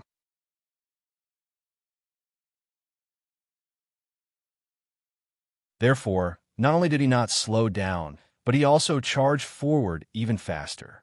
Xiao, who had the speed of a terrorgrade and was good at movement techniques, had long broken through the limits of human vision, and Tianzhua remained motionless like an extremely precise instrument. There weren't any fluctuations when he wasn't moving, but once he was moved, it would trigger a series of chain reactions. In Zhao's eyes, although Tianzhua was just standing there, his entire aura was like an invisible net. The net seemed to be woven by a goddess without any flaws. The law is merciless, but so what? I'll use my emotions to break the law. Zhao's eyes shimmered with a strange glint as he held the broken bowstring in his hand. He followed a mysterious trajectory and instantly appeared in front of Tianzhua. Tianzhua slashed down with the broken sword in his hand as though an invisible net had descended. Countless crisscrossing sword beams sealed off all of Zhao's paths of retreat. Crack! Crack! Under the merciless law sword net, the bow in Zhao's hand and the armor on his body were sliced apart inch by inch. Blood spewed out from his wounds, but Xiao didn't stop. He slammed into Tianzhua like a bloody man. He had the aura of sacrificing himself to perish together with Tianzhua. His eyes kept staring at Tianzhua as though he was provoking him. Don't dodge if you have the guts.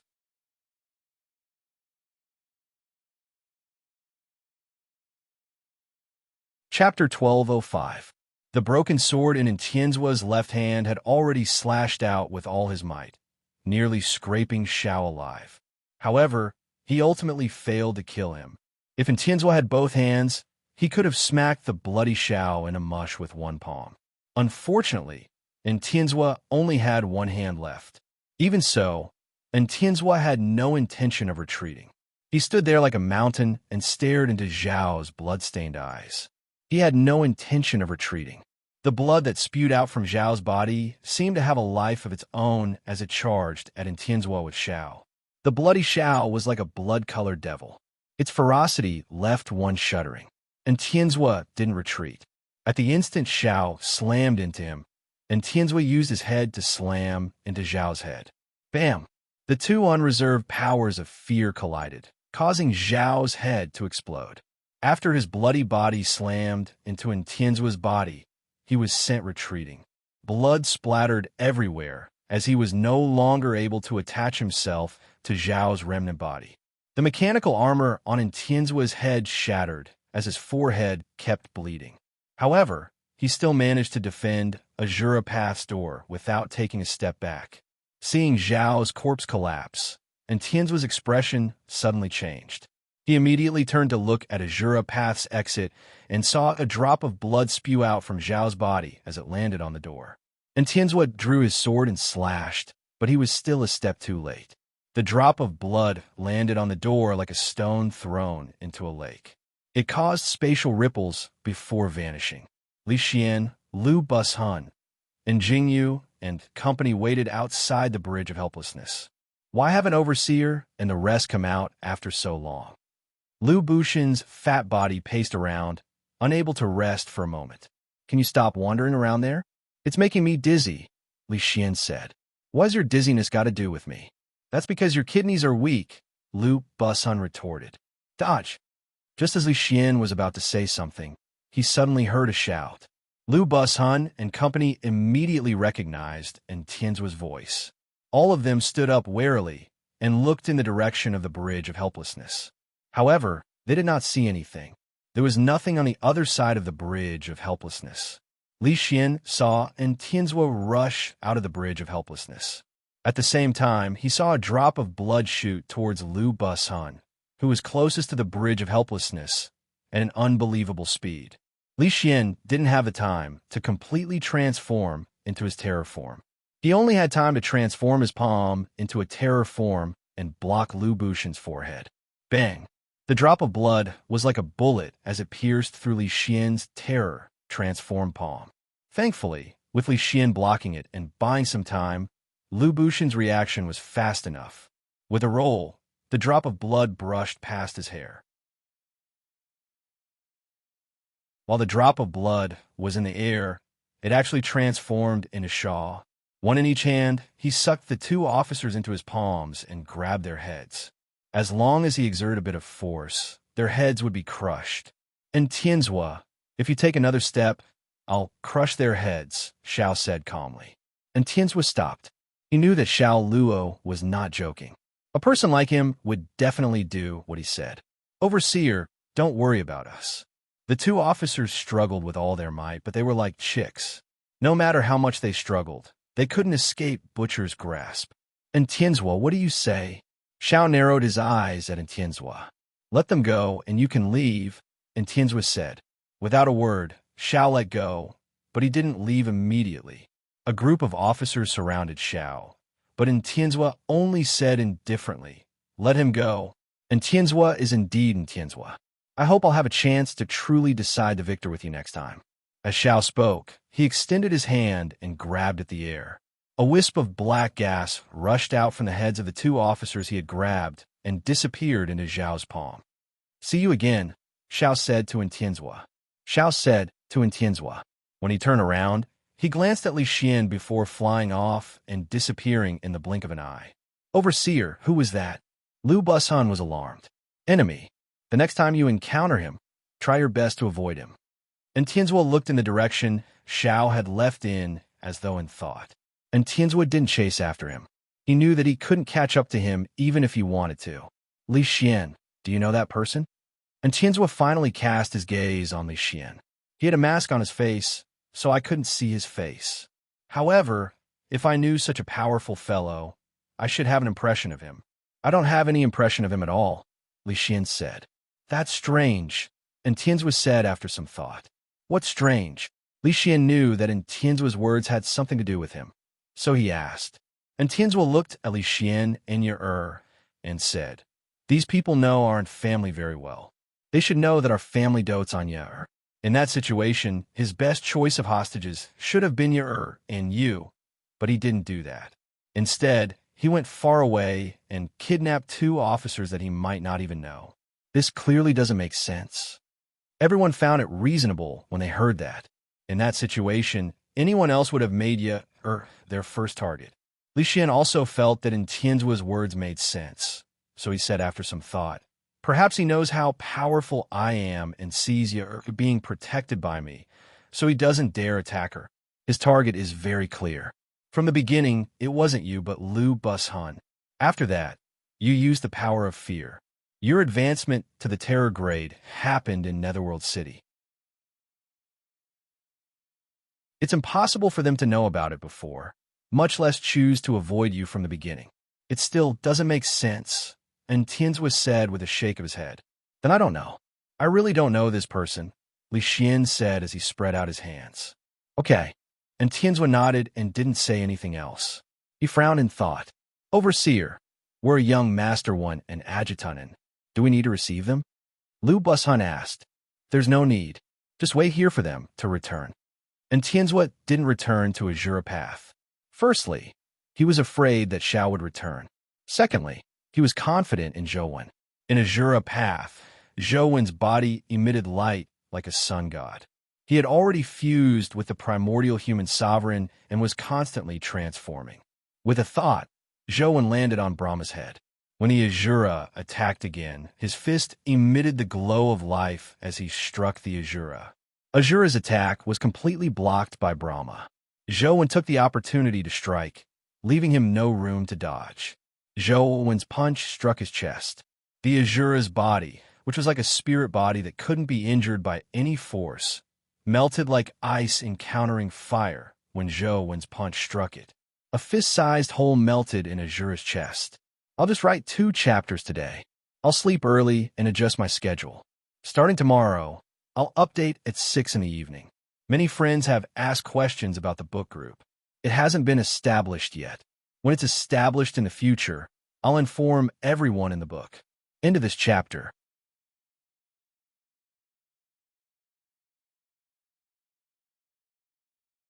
Chapter 1206. There's a chance. Zhouwen was delighted. Unfortunately, the dent created by the ancient Sovereign Sutra's power quickly recovered. This left Zhouwen somewhat vexed.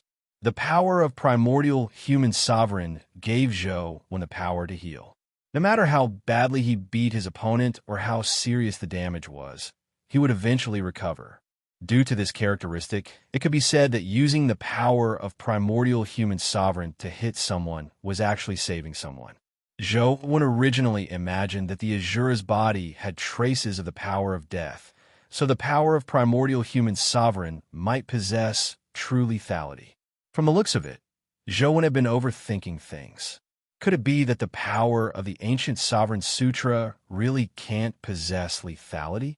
Zhouwen had thought of this problem when he was trapped in the past, but he couldn't come up with an answer. In fact, the ancient Sovereign Sutra wasn't necessarily without lethality. However, Zhouwen's own insights and advancement direction had caused the ancient Sovereign Sutra to lean towards this system. Finally, he condensed a strange life soul, like primordial human sovereign. While Zhouwen was still pondering over it, the Azura pounced forward again. Unfortunately, it was blocked by Great Brahma. Zhouwen stood on Great Brahma's head. No matter how the Azura attacked, Great Brahma could withstand his attacks. Even if Zhouwen stood there in a daze, he wasn't injured at all. As Zhouwen pondered, he would throw a punch at the Azura from time to time. The power of the ancient Sovereign Sutra grew stronger and stronger, making Zhouwen's entire body seem like it was about to turn into light. However, the power of the ancient Sovereign Sutra remained the same. It didn't possess any true lethality. The wounds he inflicted would recover after a while. Furthermore, the power of the mythical ancient Sovereign Sutra couldn't really harm the Azura. Zhouwen blindly pursued lethality, but he realized that it was the opposite of what he wanted. Not only did the power of the ancient Sovereign Sutra not transform into a terror form, but it also weakened. The marks left on the wheel of destiny became shallower and shallower. Zhouwen came to a realization and knew that he had been too stubborn. There were some things that couldn't be forced. After giving up on forcefully changing the characteristics of the ancient Sovereign Sutra, Zhouwen began deducing the ancient Sovereign Sutra again. He engraved all his thoughts and insights onto the wheel of destiny. An emperor born of blood and fire would lead humanity to defy the heavens, to seek survival, and seek the true meaning of life. This was Zhouwen's understanding of the ancient Sovereign Sutra in the past. But after being trapped for 100 years, Zhouwen had a deeper understanding of life. Even if Zhouwen didn't deliberately think about this problem, he couldn't help but think of it while imprisoned. After all, what is life? In the past, Zhouwen felt that as long as he was alive, he would live. However, after 100 years of imprisonment, Zhouwen realized that life wasn't as simple as living. To live happily was to live, and to be filled with sorrow was also to live. To travel the world and see the scenery of the world was to live, and to lie in bed like a vegetable was also to live. There were many possibilities to live. 10,000 people had 10,000 ways to live, but which way was the most meaningful? Different people might have different answers. When people were extremely bored, they would always think of such questions. Back then, Zhou would occasionally have such thoughts and seriously consider this question, but he didn't obtain the final answer. From Zhou's point of view, there was no way to say which way of living was better. Some people were happy just lying there in the sun, eating peanuts, and drinking a bottle of beer. Some people put in all their efforts. Only by obtaining higher achievements and status could they feel happiness. In fact, there was no right or wrong. As long as it made one feel happy, it was an ideal life. Such an understanding didn't advance the ancient Sovereign Sutra to the Terra grade. Therefore, Zhou knew that he hadn't grasped the crux of it. What kind of life does the ancient Sovereign Sutra pursue? Is it eternal life? Zhou pondered, but he felt that this wasn't the answer. Qi refinement warriors pursued eternal life, but the ancient sovereign wasn't. From the beginning, the ancient sovereign only wanted to survive. If the conditions for survival have been met, what should I do next? Zhou planned on thinking from a different angle. And Sheng and company watched Zhou and Azura fight. Although they couldn't see the terraform Azura and Brahma, they could see the terrifying shockwaves produced by the battle between Brahma and Azura. From their point of view, Zhou floated in the air and spent most of his time thinking. Only occasionally would he throw a punch, but even if he just stood there motionless, the Terra-grade Azura couldn't injure him at all. The terrifying shockwave shattered everything nearby. Madam, young master Wen's strength is probably not inferior to the overseer's, an officer who had been rescued said to Ouyang Lan. My son naturally won't be bad, Ouyang Lan said matter-of-factly. And Sheng nodded and said, young master Wen's talent is excellent. His future achievements won't be limited to this. In the future, with the overseer and young master when presiding over Luoyang, it will definitely be as stable as Mount Tai. The other officers felt something amiss when they heard that. As the saying went, a mountain couldn't accommodate two tigers. In the past, they felt that any genius was only a younger brother in front of Tianzhua. With a master and support, there was naturally no need to worry about the two tigers competing. However, the ability that Zhou had displayed made them somewhat worried. If the overseer can't suppress Zhou, will Luoyang become a battle between tigers and dragons one day? The countless experiences and cruel reality of the ancients told them that such things were too common. They naturally couldn't help but worry. Luoyang Lan and Sheng didn't have such worries. This was because they knew that Zhou's heart wasn't that small. At the very least, Luoyang couldn't accommodate his heart. At that moment, the glow on Zhou's body didn't continue to intensify. Instead, it gradually dimmed. The primordial human sovereign was still fusing with him, but the sun-like glow was converging. It was as though Zhou was falling from a god to a mortal. However, Zhou's aura didn't weaken because of this. On the contrary, his aura became stronger and stronger. 1,000 people have 1,000 different ways of living. With my intelligence, I still can't tell which way of living is truly correct. However, there is one thing I can be sure of. The way I want to live is to do the things that people at different ages should do. When I was 5, I wanted an ordinary doll. That was my greatest joy, but I didn't get it back then. This was because the money my father left me was only enough for me to eat every day. If I used the money to buy a doll, I would have to starve for a week. Therefore, I chose to give up on dolls. Now, it's easy for me to buy 10,000 dolls, but that joy and the desire I had back then can never be found again. Zhou closed his eyes as the past surfaced in his mind like a movie.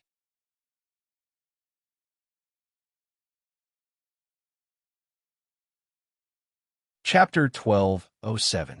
In the past, every time he compromised, every time he retreated, and every time he endured the reasons that seemed like the heavens to him in the past. Now, when he looked back, he realized how pathetic and laughable those reasons were. Life is long, but it won't regress.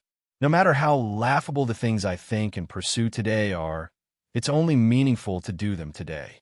If I miss today, there will be countless tomorrows in the future, and I won't be as satisfied as today. The light on Zhou Wen's body had completely vanished. He looked like he no longer had the godlike emperor halo, but there was an indescribable aura around him. Perhaps it's very lowly and laughable, but today I only want to do those lowly and laughable things. I only live today, not tomorrow. Zhou Wen's eyes gradually became determined as the primordial human sovereign in his body produced a strange resonance.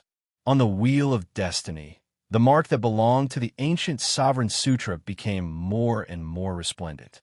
It almost illuminated the entire wheel of destiny space, but there was no visible light on Zhou Wen's body. Zhou Wen's body didn't vanish, and Sheng and company could still see him. But Zhou Wen knew very well that the ancient sovereign sutra had completed its terror transformation. Some terror transformations couldn't be seen by others. Or rather, some powers couldn't be seen by the naked eye. If Zhou Wen had only understood the ancient sovereign's appearance in the past, then he now possessed the ancient sovereign's spirit. Azura slashed at him again. This time, Zhou Wen didn't get Great Brahma to stop him. He even unsummoned Great Brahma and allowed Azura to charge at him. The strange Shura blade came with a monstrous demonic aura. However, in Zhou Wen's eyes, the current Azura wasn't as ferocious and terrifying as before. It could even be said to be somewhat fun. When one's heart was no longer afraid, there would be no more fear in the world. Even in the face of death, fear would only brush past. At the instant the Shura blade slashed in front of Zhou Wen, he finally moved.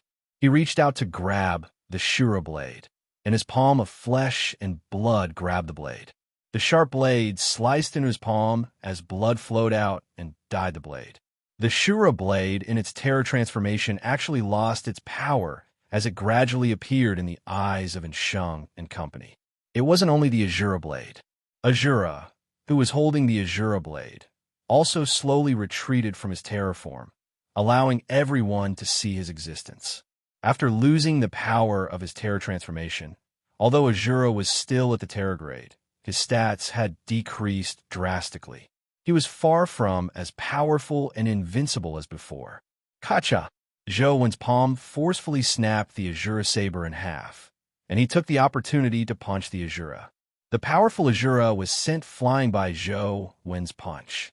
His chest exploded, and his body flew out like a cannonball. He slammed into the Azura altar, and his body shattered into pieces. Blood and shattered bones scattered all over the ground. Ouyang Lan and company looked at Zhou Wen in a daze. Although there was no divine light or resplendent radiance, his figure was even more shocking. That great man was right. All demons and ghosts are paper tigers that can't withstand a single blow. Zhou Wen sighed as he retracted his fist. He felt lonely at the top. However, in the next second, the Azura that had been blasted apart by Zhou Wen's punch instantly recovered under the power of the ancient Sovereign Sutra. He condensed a body without any injuries on his body. Holy sh**t. Zhou Wen nearly staggered and fell from the sky. After all this time, the power of the ancient Sovereign Sutra still couldn't really injure others. He had already forgotten about this matter. Seeing Azura rush over again, Zhou Wen was so depressed that he wanted to vomit blood. A certain spot on his body emitted a burning sensation as demonic neonate rushed out. The demonic sword in her arms automatically unsheathed and instantly pierced through Azura's heart. In the next second, the demonic aura on Azura's body was crazily devoured by the demonic sword. In the blink of an eye, it was completely devoured, leaving only a skill crystal and a stat crystal. After the demonic sword devoured Azura, it flew a circle and returned to the scabbard in demonic neonate's arms. Then demonic neonate automatically returned to his body and turned into a tattoo. What's going on? That's it. Zhou Wen was still stunned. After torturing him for so long, he was killed by demonic neonate with a single strike. This was completely different from his expectations. Hey, young Master One, why don't we go back first? And Sheng ran over and picked up the skill crystal and stat crystal that Azura had dropped. He handed them to the dazed Zhou Wen. Ahem. All right, let's go back first. Zhou Wen coughed lightly and accepted the skill crystal and stat crystal. On the way back, Zhou asked the question on his mind, Sislan, how did you pass Netherworld City and the Bridge of Helplessness? Without undergoing the punishment of Netherworld City, it was impossible for them to reach the Bridge of Helplessness.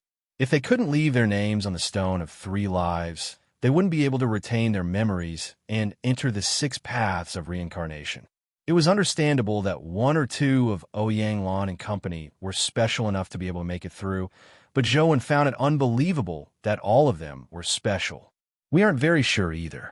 After we were forced into Netherworld City, we were captured and knocked unconscious by them.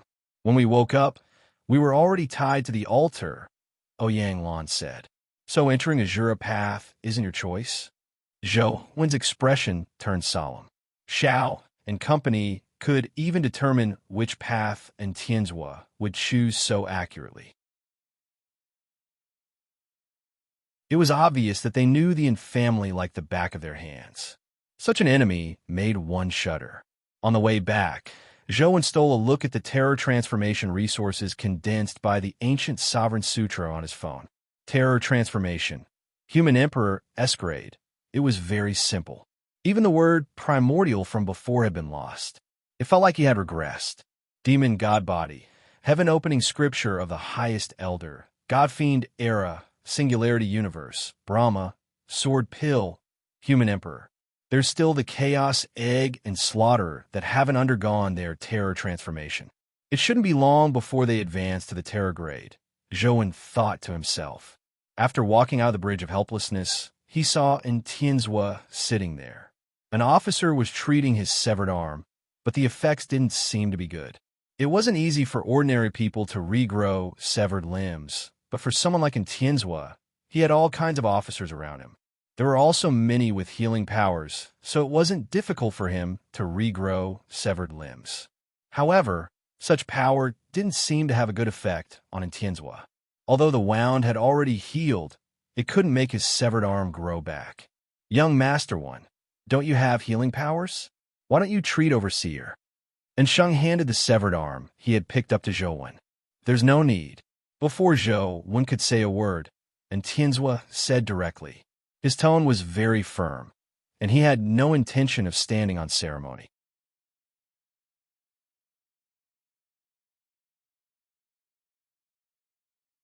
Chapter 1208.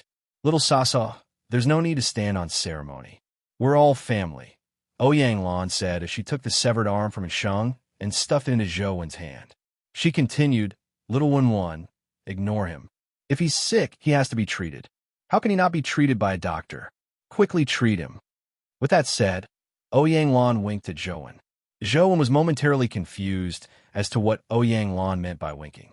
When the others heard Ouyang Lan call and Tianzhua Little Sasa, their expressions turned odd, but they didn't dare make a sound. I said there's no need, and Tianzhua got up to leave. He knew Ouyang Lan too well. However, it was already too late. Ouyang Lan had already pressed down on Tianzhua's shoulder, and Tianzhua didn't dare shake off Ouyang Lan forcefully, so all he could do was say, It's just an arm. It's no big deal. There's no need to treat it.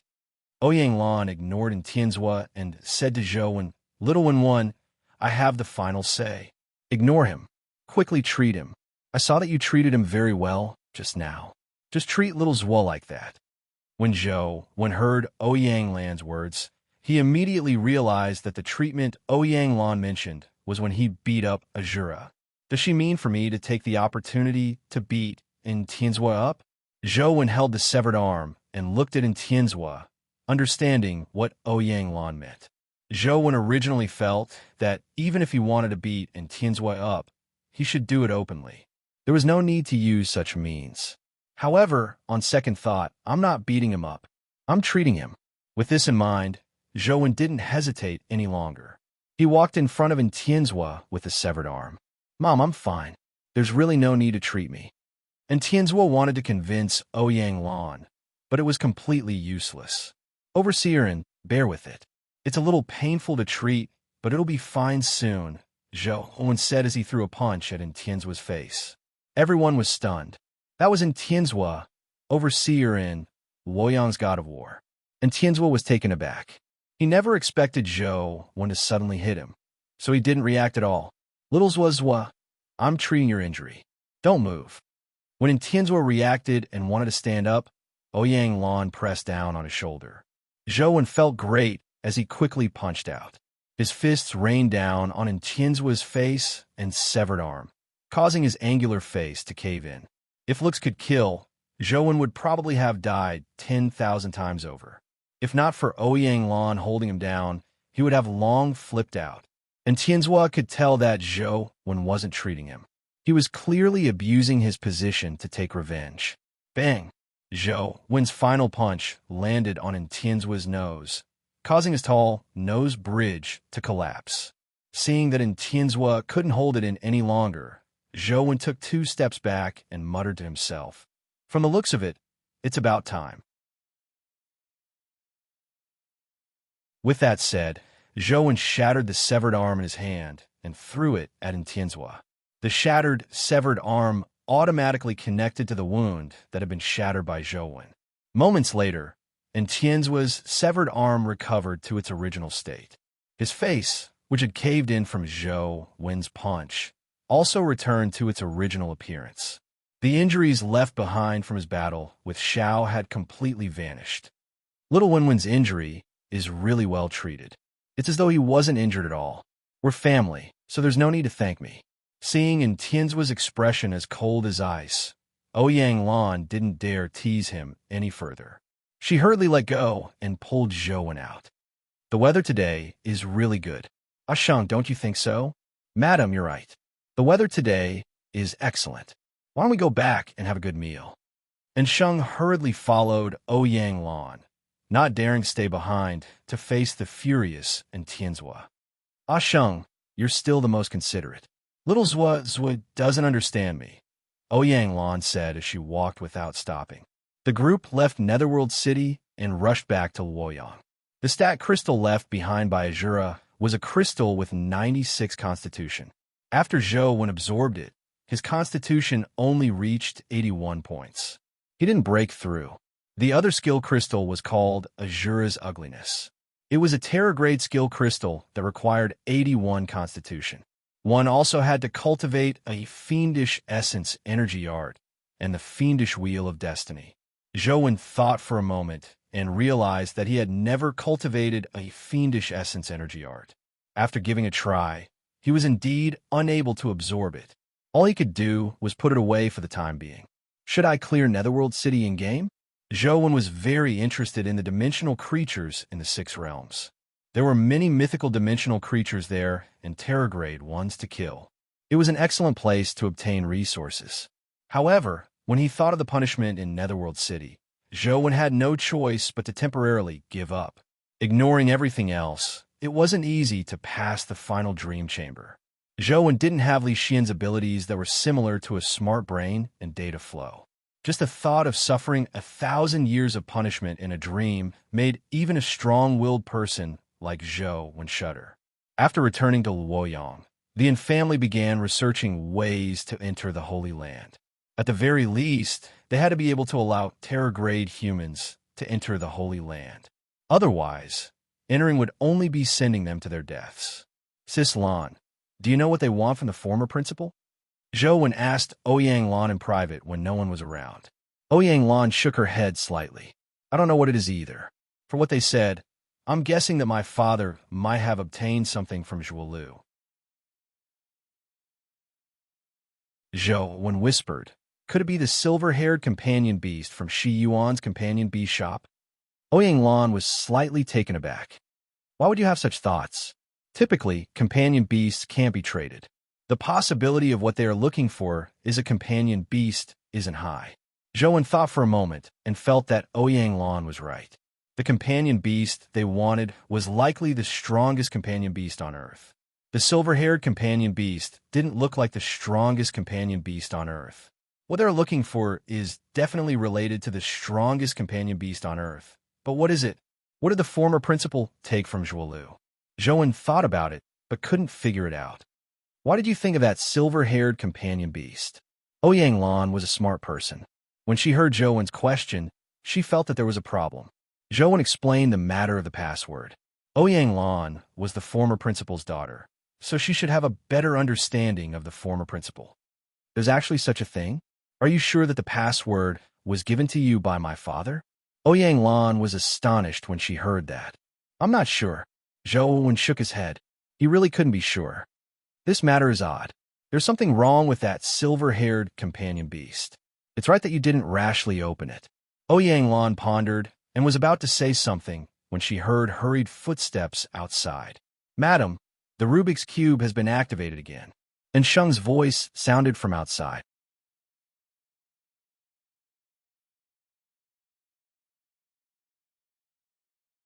Chapter 1209. Why would the Rubik's Cube activate at this moment? Ouyang Lan and Zhou Wen found it odd. Ever since human sovereign killed Di Tian, the magic cube battle hadn't happened for a long time. Due to the existence of human sovereign, the dimension didn't dare to casually activate the magic cube battle. Turning on a live broadcast on his phone, he saw that the Rubik's Cube was being reopened all over the Federation. But this time, the opening of the magic cube was a bit different from the previous magic cubes. There was no ranking list. All the magic cubes had the same image. It was a red planet, and most of it was made up of hard rocky mountains. Some parts of the planet's surface were bubbling with boiling magma, and the heat seemed to distort space. It looked very strange. This is Venus? After looking at it for a while, Ouyang Lan recognized the planet in the painting. She looked at Sheng in puzzlement, and Sheng hurriedly said, "Yes, madam. Many astronomy experts have already confirmed that the planet on the Rubik's Cube is undoubtedly Venus. However, it's still unclear why the Rubik's Cube will show a picture of Venus." After a pause, Sheng pointed to a corner of the Rubik's Cube and said, "There's a 72-hour countdown here. It's still unknown what it's used for. Everyone is guessing. Let's go to the Rubik's Cube to take a look. There's too little we can see from the mobile broadcast." As Ouyang Lan walked, she said to Zhou Wen, "From Earth, Venus's brightness is second only to the moon. In ancient times, Venus was also known as Chang'e, Taibai, Qiming, Venus, etc. In the West District, it's also known as Venus. Now that it has suddenly appeared in the Rubik's Cube, I don't know if it's a blessing or a curse. Nothing good has happened since the Rubik's Cube appeared, right?" Zhou Wen said helplessly. Ouyang Lan asked Sheng again, "Has anyone attempted to enter the rankings using the Rubik's Cube?" "Someone has already tried, but they failed to enter the rankings," Sheng answered. "Can't enter the rankings?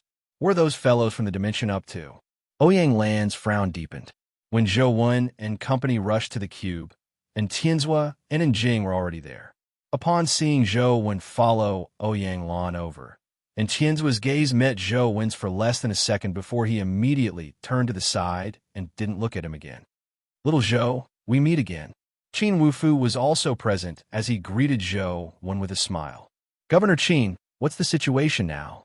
Zhou Wen didn't wish to ask Tianzhua, so he asked Qin Wufu. Qin Wufu introduced, "It's been about half an hour since the Rubik's Cube lit up. The various factions in the Federation are actively probing it, but there's no movement from the Rubik's Cube. It can't enter the rankings, nor does the arena appear. There's only the scene of Venus and a countdown. Don't tell me they want to use Venus as a combat arena?" Zhou Wen asked. Qin Wufu said, "Many people think so. There's a large amount of basalt on the surface of Venus, and the surface temperature is extremely high. The carbon dioxide content in the air exceeds 97%, and acid rain often appears." Zhou Wen listened carefully to Qin Wufu's introduction. He didn't know much about Venus, but he heard that the surface temperature of Venus could reach more than 500 degrees Celsius. Even at the mythical stage, it was very difficult to stay on Venus for long periods of time.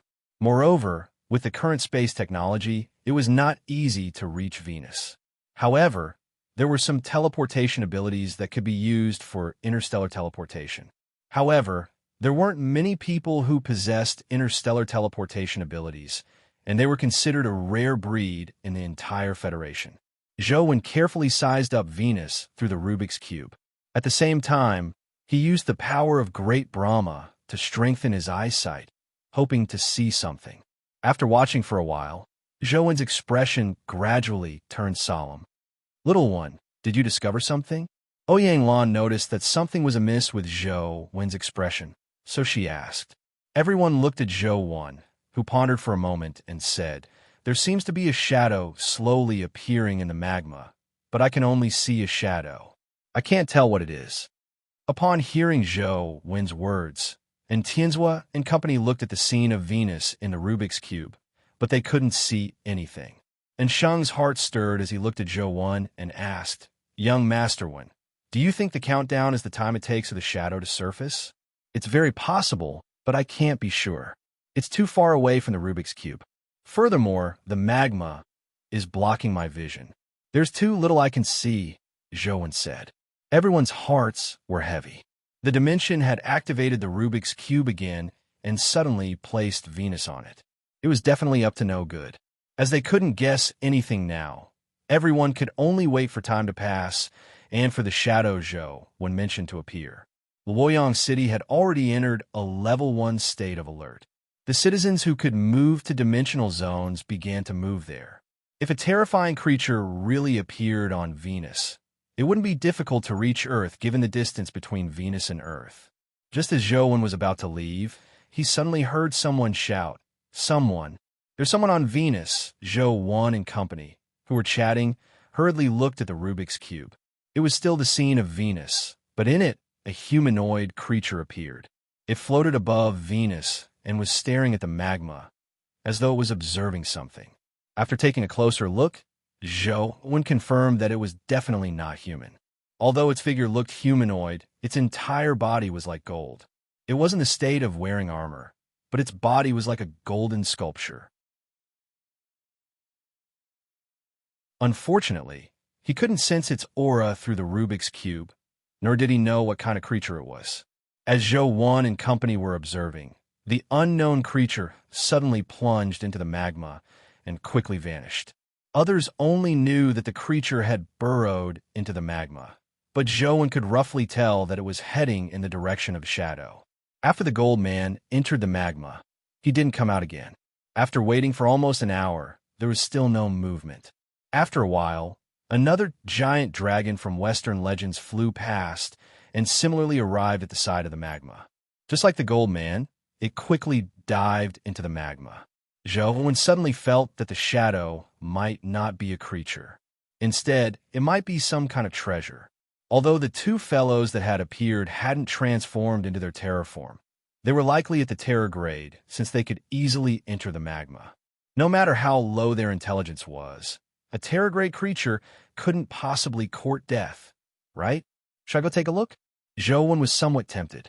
The Singularity universe had interstellar teleportation abilities, so it was very easy to reach Venus.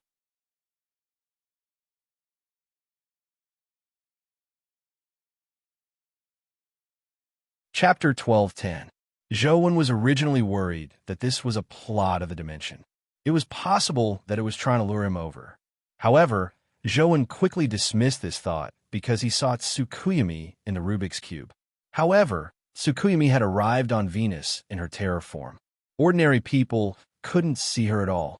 When Zhou Wen saw the white-robed Tsukuyumi, who looked like a goddess of moonlight, he nearly cried out. However, Tsukuyumi didn't enter the magma. She only looked at the magma for a while before turning to leave and vanishing again. In the next few hours, Zhou Wen saw two more strange creatures appear. One was an angel with black wings, and the other was a skeleton creature that resembled death.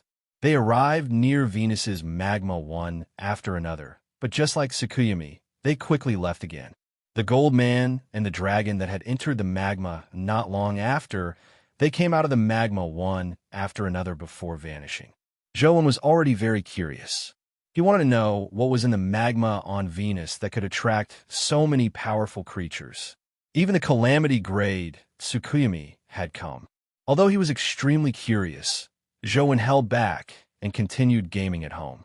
He was lucky enough to obtain a Demon Blood True Dragon companion egg. Now, Zhou Wen already had 8 Demon Blood True Dragon companion eggs. All that was left was the Wu Dragon Pearl's Demon Blood True Dragon companion egg. Ding! Just as Zhou Wen was grinding the Pill Furnace Mountain dungeon, he suddenly heard a notification on his phone. Then, a message popped up. Light Concealment Sword and Night Immaculate Sword have successfully given birth. Obtained 1 companion egg. Zhou was slightly taken aback before he reacted. 36 days had passed without him realizing it. The Light Concealment Sword and Night Immaculate Sword had really produced a companion egg. He hurriedly opened the reproduction interface, and indeed, he discovered a companion egg. The companion egg was somewhat different from the Light Concealment Sword and Night Immaculate Sword. It wasn't completely transparent, nor was it vaporized like Night Immaculate Sword. Instead, it was like a shadow with no form. Could this be shadow-bearing? Zhou was puzzled as he opened the companion egg's information. Indeed, it was shadow-bearing. Shadow-bearing. Mythical. The shadow-bearing sword stats were very similar to the Light Concealment Sword and Night Immaculate Sword. Its skills and life providence were somewhat different, but it was also a very good mythical companion beast. Its abilities were in no way inferior to Light Concealment Sword and Night Immaculate Sword. However, Zhou was somewhat disappointed. If fertility could only produce companion eggs of the same level, then producing mythical companion eggs wouldn't be of much help to him. Zhou originally had some anticipation. Even if he couldn't produce a Terra-grade companion egg, it wouldn't be bad if he could produce an evolvable companion egg. However, it was at the ordinary mythical stage. A mythical sword was indeed useless to Zhou, who had the Terra-grade Shura Blade. Zhou suddenly thought of something. Perhaps he could give it a try and see what the effects of fusing the 3 swords would be. Zhou had been looking forward to obtaining the 9 Demon Blood True Dragon companion beasts because he wanted to fuse them.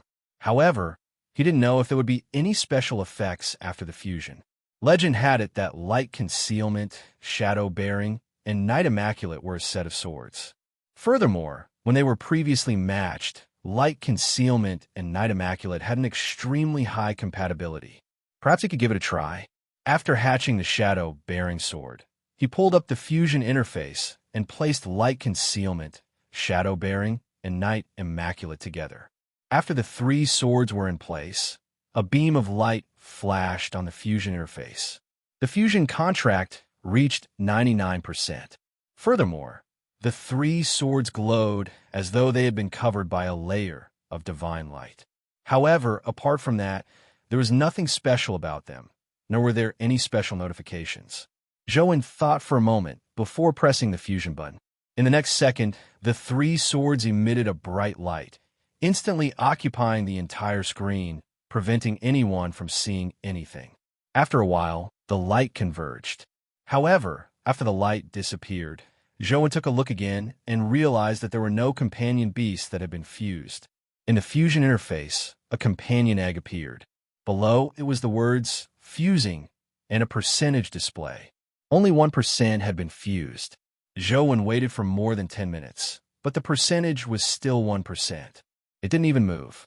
He didn't know how long it would take to complete the fusion. After an hour or so, it finally jumped to 2%. Zhou estimated that it would take 4 days to reach 100%. All he could do was ignore it for now and continue grinding Pill Furnace Mountain. His luck today was pretty good. Zhou had actually obtained another mythical Dragon Birth Pill Essence. Although the effects of the Dragon Birth Pill Essence were slightly inferior to the Dragon Tiger Pill, it was still a sacred healing item. Even if one's heart was shattered, one pill could bring them back to life. Of course, it couldn't really die. At the very least, it had to be alive for consumption. After that, Zhou's luck seemed to run out. He farmed many mythical creatures, but nothing dropped. Zhou had already figured out the respawn pattern of the Terra-grade creatures he had previously killed. They could respawn in a week, but the drop rate of companion eggs wasn't high, so he didn't gain much. As time passed, the shadow and the magma became more and more obvious. Even without Zhou, when looking, many people in the Federation could already see the shadow. There were also some impressive people who somehow deduced that the shadow was likely a building. Furthermore, it was already certain that the countdown was the time the shadow appeared. Now, people were guessing that the building in the magma was very likely the arena for the Rubik's Cube battle. When the building appeared, it would be the true beginning of the Rubik's Cube battle. However, some people believe that the building wasn't a combat arena. It was very likely a dimensional zone on Venus. There were also all sorts of random guesses. Joan also read some, but none of them made sense. Tai Sui has eaten so much good stuff, so why doesn't it have any reaction? Joan realized that more than half of the Dragon King goo in the calabash had been eaten by Tai Sui. Its originally huge body was only 3 to 4 meters long. It probably wouldn't last long. Regarding Tai Sui's advancement, Joan was somewhat conflicted. Tai Sui's infamy was too great. If it advanced to the terror grade and brought disaster to Joan, the gains wouldn't make up for the losses. After grinding all the dimensional zones he could grind, he didn't gain much. All Joan could do was wait for it to respawn before studying the shadow on Venus. It had been 2 days since Venus appeared on the Rubik's Cube. There were less than 24 hours left on the countdown. When Joan went to the Rubik's Cube to take a look, although the shadow hadn't appeared yet, with Brahma's augmentation, Joan could already see the shadow's true appearance.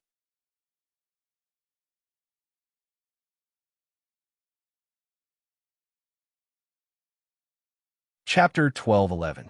Under the magma, one could see a metal palace. It was completely red copper and mixed with the magma, making it difficult to see its appearance clearly.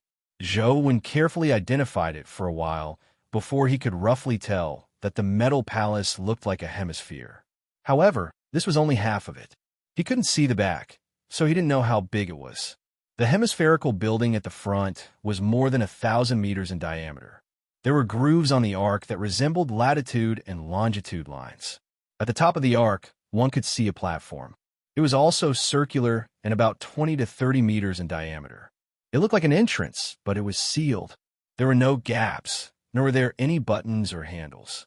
Joan looked at it for a while, unsure what the building was. When his gaze inadvertently swept to a corner of the hemisphere, Joan's eyes suddenly lit up. In a lattice that was divided by the latitude and longitude lines, there was a tiny palm symbol engraved on the lower edge. The tiny palm held a reddish-gold circular symbol. It looked like Venus. It was actually a tiny palm symbol. Joan was pleasantly surprised. He held his phone and pointed it at the Rubik's Cube screen to see if he could capture it, but he realized that it was useless.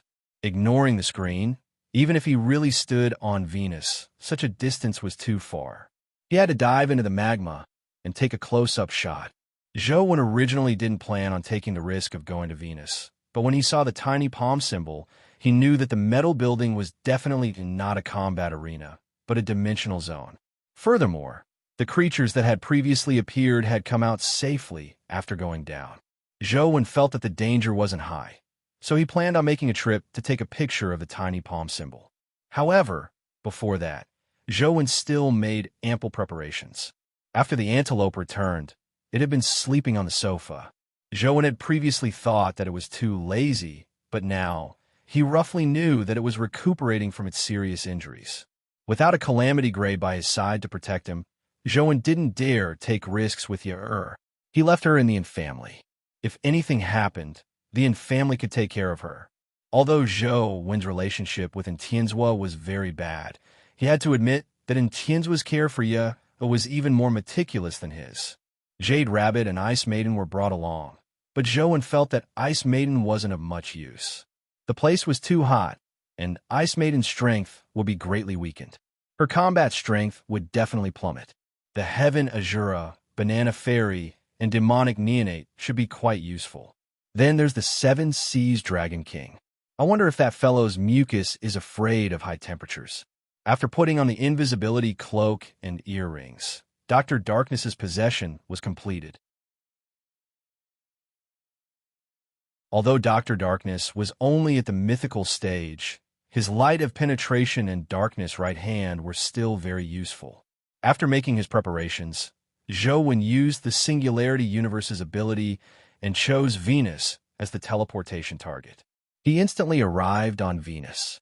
The Singularity Universe could teleport over long distances, but it wasn't accurate enough.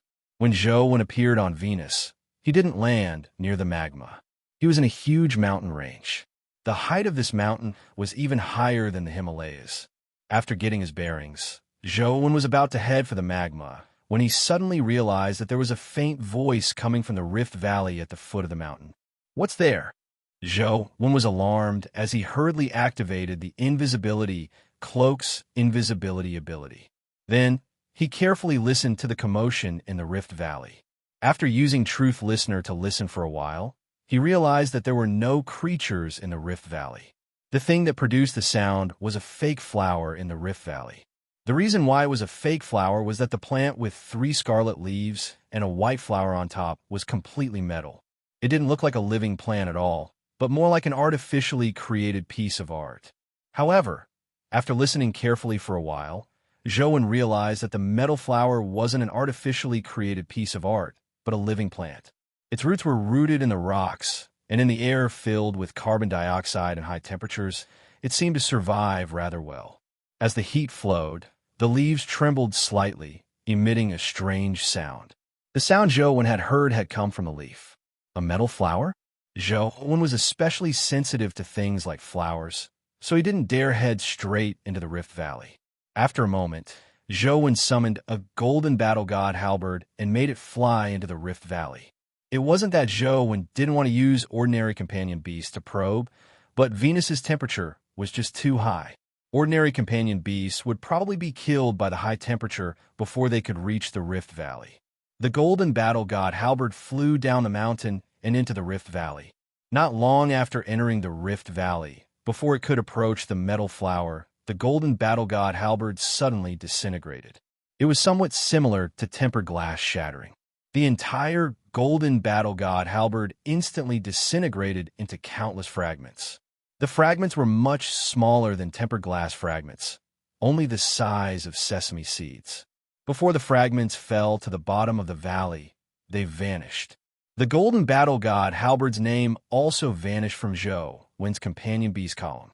Zhou felt his heart ache, but at the same time, he was somewhat surprised.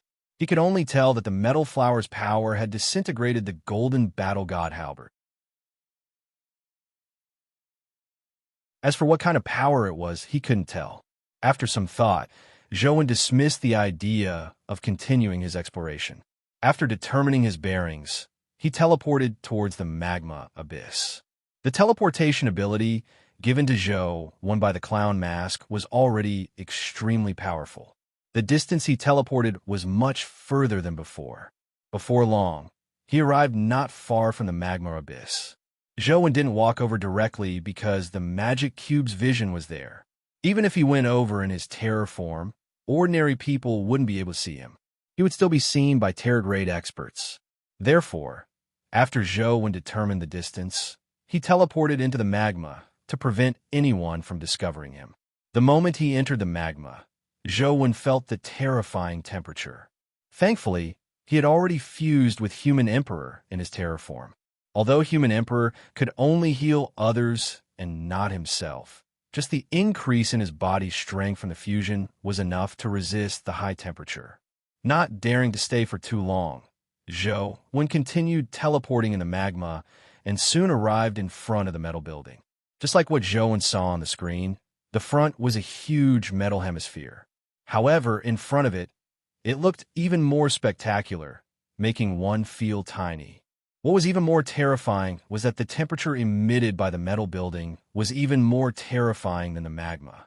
Even though Zhou had a terror-grade power protecting him, he still felt a little scorching. Thankfully, Zhou didn't plan on searching the metal building. He found the tiny palm symbol and forcefully dispersed the magma around him. He took out his phone and took a picture of the tiny palm symbol. The long-awaited download scene appeared. Zhou heaved a sigh of relief and put away his phone to let it download slowly. You're tuning into the Warrior Lore YouTube channel. Don't forget to subscribe and join us on this journey to catch the most captivating stories.